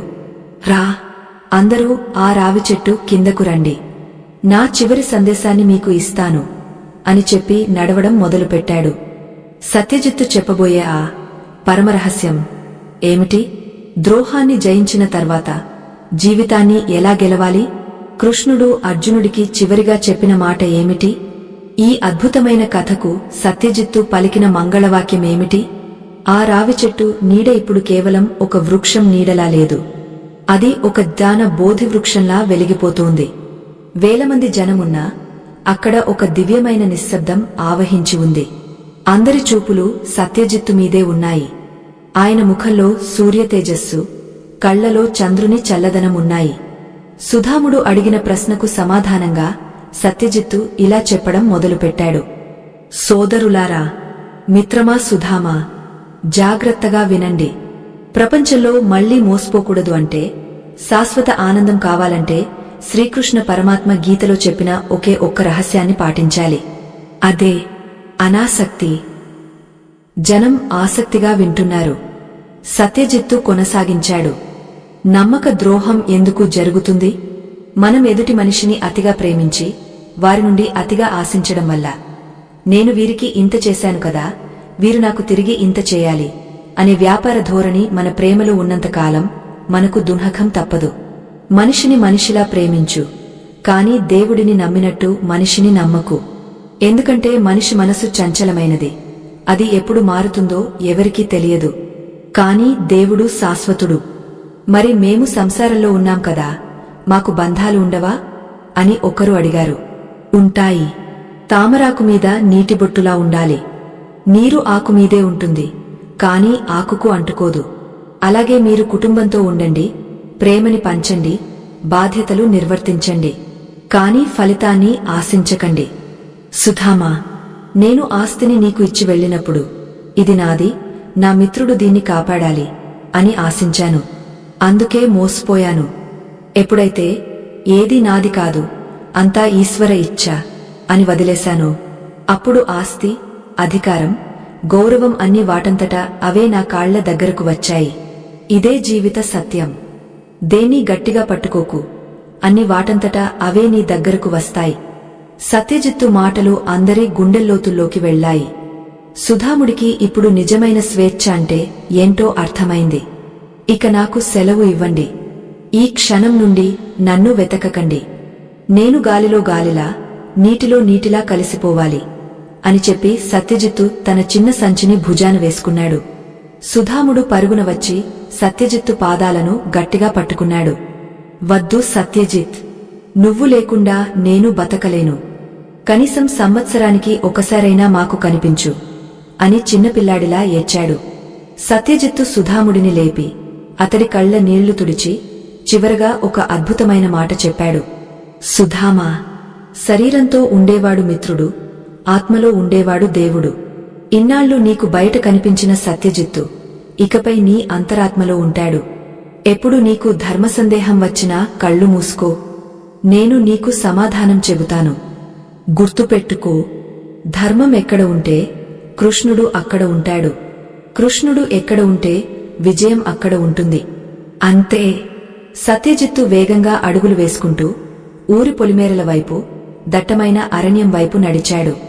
సుధాముడు, ప్రజలు కన్నీళ్లతో చూస్తూ ఉండిపోయారు. సత్యజిత్తు ఒక్కసారి కూడా వెనక్కి తిరిగి చూడలేదు. అది సంపూర్ణ వైరాగ్యం. సూర్యుడు అస్తమిస్తుండగా సత్యజిత్తు ఆకారం ఆ కాషాయ వర్ణపు వెలుగులో కరిగిపోయింది. కాలం గడిచింది. ధర్మపురి రాజ్యం ఇప్పుడు నిజంగానే ధర్మక్షేత్రమైంది. సుధాముడు సింహాసనం మీద కూర్చోలేదు. సింహాసనం మీద శ్రీకృష్ణుడి విగ్రహాన్ని, దాని పాదాల దగ్గర సత్యజిత్తు పాదుకలను ఉంచాడు. తాను కింద కూర్చుని ఒక సేవకుడిలా రాజ్యాన్ని పాలించాడు. ఆ రాజ్యంలో దొంగతనాలు లేవు, మోసాలు లేవు. తలుపులు తీసే పడుకునేవారు. ప్రతి సంవత్సరం కార్తీక పౌర్ణమి నాడు ఆ రావి చెట్టు దగ్గర పెద్ద ఉత్సవం జరిగేది. సుధాముడు తన కొడుకు చిన్ని కృష్ణకు, అక్కడికి వచ్చిన పిల్లలందరికీ సత్యజిత్తు కథను చెప్పేవాడు. పిల్లలు, గెలవాలంటే యుద్ధమే చేయక్కర్లేదు. కత్తి కంటే పదునైన ఆయుధం మౌనం. పగ కంటే గొప్ప శక్తి క్షమ. సంపాదించడం అంటే ఆస్తి కూడబెట్టడం కాదు, మనుషుల మనసుల్లో స్థానం సంపాదించడం. నా మిత్రుడు సత్యజిత్తు అదే చేశాడు. ఆయన ఏ ఆయుధం లేకుండానే ఒక రాక్షసుడిని, నన్ను మనిషిగా మార్చాడు. నమ్మక ద్రోహం చేసిన వారిని శిక్షించడం దేవుడి పని, వారిని క్షమించి వదిలేయడం మనిషి పని. మీరు మనుషులుగా బతకండి, దేవుడిని చేరుకుంటారు అని చెప్పేవాడు. సుధాముడు ముసలివాడై చనిపోయేటప్పుడు కూడా అతడి ముఖంలో చిరునవ్వు ఉంది. అతడి చివరి మాట, వస్తున్నా సత్యజిత్, వస్తున్నా కృష్ణ. చూసారా, నమ్మక ద్రోహం జరిగిందని కుంగపోకండి, దాన్ని ఒక అవకాశంగా మార్చుకోండి. సత్యజిత్తులా మౌనంగా ఉండండి, ధర్మాన్ని నమ్ముకోండి, మీ పని మీరు చేసుకుపోండి. మిమ్మల్ని మోసం చేసిన వాళ్లే ఏదో ఒకరోజు మీ కాళ్ల దగ్గరకు వచ్చి క్షమించమని అడిగే రోజు ఖచ్చితంగా వస్తుంది. ఎందుకంటే ధర్మో రక్షతి రక్షితః. ఈ అద్భుతమైన కథలోని సారాంశాన్ని మీ జీవితంలోకి ఆహ్వానిస్తారని ఆశిస్తున్నాను. ఒక చిన్న విన్నపం. ఇంతటి పరిశోధన చేసి మన సనాతన ధర్మ విలువలని, శ్రీకృష్ణ తత్వాన్ని ఇలా కథారూపంలో మీకు అందించడానికి మా బృందం ఎంతో శ్రమించింది. ఈ జ్ఞాన యజ్ఞం ఇలాగే కొనసాగాలంటే మీ ప్రోత్సాహం మాకు చాలా అవసరం. మీకు ఈ కథ నచ్చితే దయచేసి సూపర్ థాంక్స్ ద్వారా గాని, లేదా మన ఛానల్ మెంబర్షిప్ తీసుకోవడం ద్వారా గాని మాకు ఆర్థికంగా సహకరించండి. మీరు ఇచ్చే ప్రతి రూపాయి మరో మంచి కథను, మరో గొప్ప ధర్మ సూక్ష్మాన్ని 10 మందికి చేర్చడానికి సమిధగా మారుతుంది. అలాగే ఈ వీడియోను మీ బంధుమిత్రులకు షేర్ చేయండి. ఎవరికైనా ఇలాంటి కష్టం వచ్చి ఉంటే ఈ కథ వారికి కొండంత ధైర్యాన్ని ఇస్తుంది. మరో అద్భుతమైన కథతో మళ్లీ కలుద్దాం. అంతవరకు సెలవు. లోకా సమస్తా సుఖినో భవంతు. సర్వం శ్రీకృష్ణార్పణం. స్వస్తి. సత్యజిత్తు చెప్పబోయే ఆ పరమరహస్యం ఏమిటి? ద్రోహాన్ని జయించిన తర్వాత జీవితాన్ని ఎలా గెలవాలి? కృష్ణుడు అర్జునుడికి చివరిగా చెప్పిన మాట ఏమిటి? ఈ అద్భుతమైన కథకు సత్యజిత్తు పలికిన మంగళవాక్యమేమిటి? ఆ రావి చెట్టు నీడ ఇప్పుడు కేవలం ఒక వృక్షం నీడలా లేదు. అది ఒక జ్ఞాన బోధి వృక్షంలా వెలిగిపోతోంది. వేలమంది జనమున్నా అక్కడ ఒక దివ్యమైన నిశ్శబ్దం ఆవహించి ఉంది. అందరి చూపులు సత్యజిత్తు మీదే ఉన్నాయి. ఆయన ముఖంలో సూర్యతేజస్సు, కళ్లలో చంద్రుని చల్లదనమున్నాయి. సుధాముడు అడిగిన ప్రశ్నకు సమాధానంగా సత్యజిత్తు ఇలా చెప్పడం మొదలుపెట్టాడు. సోదరులారా, మిత్రమా సుధామా, జాగ్రత్తగా వినండి. ప్రపంచంలో మళ్లీ మోసపోకూడదు అంటే, శాశ్వత ఆనందం కావాలంటే శ్రీకృష్ణ పరమాత్మ గీతలో చెప్పిన ఒకే ఒక్క రహస్యాన్ని పాటించాలి. అదే అనాసక్తి. జనం ఆసక్తిగా వింటున్నారు. సత్యజిత్తు కొనసాగించాడు. నమ్మక ద్రోహం ఎందుకు జరుగుతుంది? మనం ఎదుటి మనిషిని అతిగా ప్రేమించి వారి నుండి అతిగా ఆశించడం వల్ల. నేను వీరికి ఇంత చేశాను కదా, వీరు నాకు తిరిగి ఇంత చేయాలి అనే వ్యాపార ధోరణి మన ప్రేమలో ఉన్నంతకాలం మనకు దుర్హకం తప్పదు. మనిషిని మనిషిలా ప్రేమించు, కాని దేవుడిని నమ్మినట్టు మనిషిని నమ్మకు. ఎందుకంటే మనిషి మనసు చంచలమైనది. అది ఎప్పుడు మారుతుందో ఎవరికీ తెలియదు. కాని దేవుడు శాశ్వతుడు. మరి మేము సంసారంలో ఉన్నాం కదా, మాకు బంధాలు ఉండవా అని ఒకరు అడిగారు. ఉంటాయి. తామరాకు మీద నీటిబొట్టులా ఉండాలి. నీరు ఆకుమీదే ఉంటుంది, కాని ఆకుకు అంటుకోదు. అలాగే మీరు కుటుంబంతో ఉండండి, ప్రేమని పంచండి, బాధ్యతలు నిర్వర్తించండి, కాని ఫలితాన్ని ఆశించకండి. సుధామా, నేను ఆస్తిని నీకు ఇచ్చి వెళ్ళినప్పుడు ఇది నాది, నా మిత్రుడు దీన్ని కాపాడాలి అని ఆశించాను. అందుకే మోసపోయాను. ఎప్పుడైతే ఏదీ నాది కాదు, అంతా ఈశ్వర ఇచ్ఛ అని వదిలేశాను, అప్పుడు ఆస్తి, అధికారం, గౌరవం అన్ని వాటంతటా అవే నా కాళ్ల దగ్గరకు వచ్చాయి. ఇదే జీవిత సత్యం. దేన్నీ గట్టిగా పట్టుకోకు, అన్ని వాటంతటా అవే నీ దగ్గరకు వస్తాయి. సత్యజిత్తు మాటలు అందరి గుండెల్లోతుల్లోకి వెళ్లాయి. సుధాముడికి ఇప్పుడు నిజమైన స్వేచ్ఛ అంటే ఏంటో అర్థమైంది. ఇక నాకు సెలవు ఇవ్వండి. ఈ క్షణం నుండి నన్ను వెతకకండి. నేను గాలిలో గాలిలా, నీటిలో నీటిలా కలిసిపోవాలి అని చెప్పి సత్యజిత్తు తన చిన్న సంచిని భుజాన వేసుకున్నాడు. సుధాముడు పరుగున వచ్చి సత్యజిత్తు పాదాలను గట్టిగా పట్టుకున్నాడు. వద్దు సత్యజిత్, నువ్వు లేకుండా నేను బతకలేను. కనీసం సంవత్సరానికి ఒకసారైనా మాకు కనిపించు అని చిన్నపిల్లాడిలా ఏడ్చాడు. సత్యజిత్తు సుధాముడిని లేపి అతడి కళ్ల నీళ్లు తుడిచి చివరగా ఒక అద్భుతమైన మాట చెప్పాడు. సుధామా, శరీరంతో ఉండేవాడు మిత్రుడు, ఆత్మలో ఉండేవాడు దేవుడు. ఇన్నాళ్లు నీకు బయట కనిపించిన సత్యజిత్తు ఇకపై నీ అంతరాత్మలో ఉంటాడు. ఎప్పుడు నీకు ధర్మసందేహం వచ్చినా కళ్ళు మూసుకో, నేను నీకు సమాధానం చెబుతాను. గుర్తుపెట్టుకో, ధర్మం ఎక్కడ ఉంటే కృష్ణుడు అక్కడ ఉంటాడు. కృష్ణుడు ఎక్కడ ఉంటే విజయం అక్కడ ఉంటుంది. అంతే. సత్యజిత్తు వేగంగా అడుగులు వేసుకుంటూ ఊరి పొలిమేరల వైపు, దట్టమైన అరణ్యం వైపు నడిచాడు. సుధాముడు, ప్రజలు కన్నీళ్లతో చూస్తూ ఉండిపోయారు. సత్యజిత్తు ఒక్కసారి కూడా వెనక్కి తిరిగి చూడలేదు. అది సంపూర్ణ వైరాగ్యం. సూర్యుడు అస్తమిస్తుండగా సత్యజిత్తు ఆకారం ఆ కాషాయ వర్ణపు వెలుగులో కరిగిపోయింది. కాలం గడిచింది. ధర్మపురి రాజ్యం ఇప్పుడు నిజంగానే ధర్మక్షేత్రమైంది. సుధాముడు సింహాసనం మీద కూర్చోలేదు. సింహాసనం మీద శ్రీకృష్ణుడి విగ్రహాన్ని, దాని పాదాల దగ్గర సత్యజిత్తు పాదుకలను ఉంచాడు. తాను కింద కూర్చుని ఒక సేవకుడిలా రాజ్యాన్ని పాలించాడు. ఆ రాజ్యంలో దొంగతనాలు లేవు, మోసాలు లేవు. తలుపులు తీసే పడుకునేవారు. ప్రతి సంవత్సరం కార్తీక పౌర్ణమి నాడు ఆ రావి చెట్టు దగ్గర పెద్ద ఉత్సవం జరిగేది. సుధాముడు తన కొడుకు చిన్ని కృష్ణకు, అక్కడికి వచ్చిన పిల్లలందరికీ సత్యజిత్తు కథను చెప్పేవాడు. పిల్లలు, గెలవాలంటే యుద్ధమే చేయక్కర్లేదు. కత్తి కంటే పదునైన ఆయుధం మౌనం.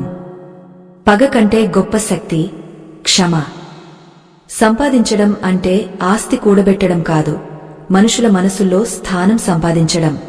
నా మిత్రుడు సత్యజిత్తు అదే చేశాడు. ఆయన ఏ ఆయుధం లేకుండానే ఒక రాక్షసుడిని, నన్ను మనిషిగా మార్చాడు. నమ్మక ద్రోహం చేసిన వారిని శిక్షించడం దేవుడి పని, వారిని క్షమించి వదిలేయడం మనిషి పని. మీరు మనుషులుగా బతకండి, దేవుడిని చేరుకుంటారు అని చెప్పేవాడు. సుధాముడు ముసలివాడై చనిపోయేటప్పుడు కూడా అతడి ముఖంలో చిరునవ్వు ఉంది. అతడి చివరి మాట, వస్తున్నా సత్యజిత్, వస్తున్నా కృష్ణ. చూసారా, నమ్మక ద్రోహం జరిగిందని కుంగపోకండి, దాన్ని ఒక అవకాశంగా మార్చుకోండి. సత్యజిత్తులా మౌనంగా ఉండండి, ధర్మాన్ని నమ్ముకోండి, మీ పని మీరు చేసుకుపోండి.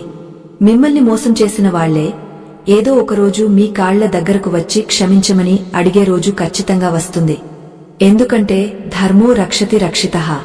ఈ అద్భుతమైన కథలోని సారాంశాన్ని మీ జీవితంలోకి ఆహ్వానిస్తారని ఆశిస్తున్నాను. ఒక చిన్న విన్నపం.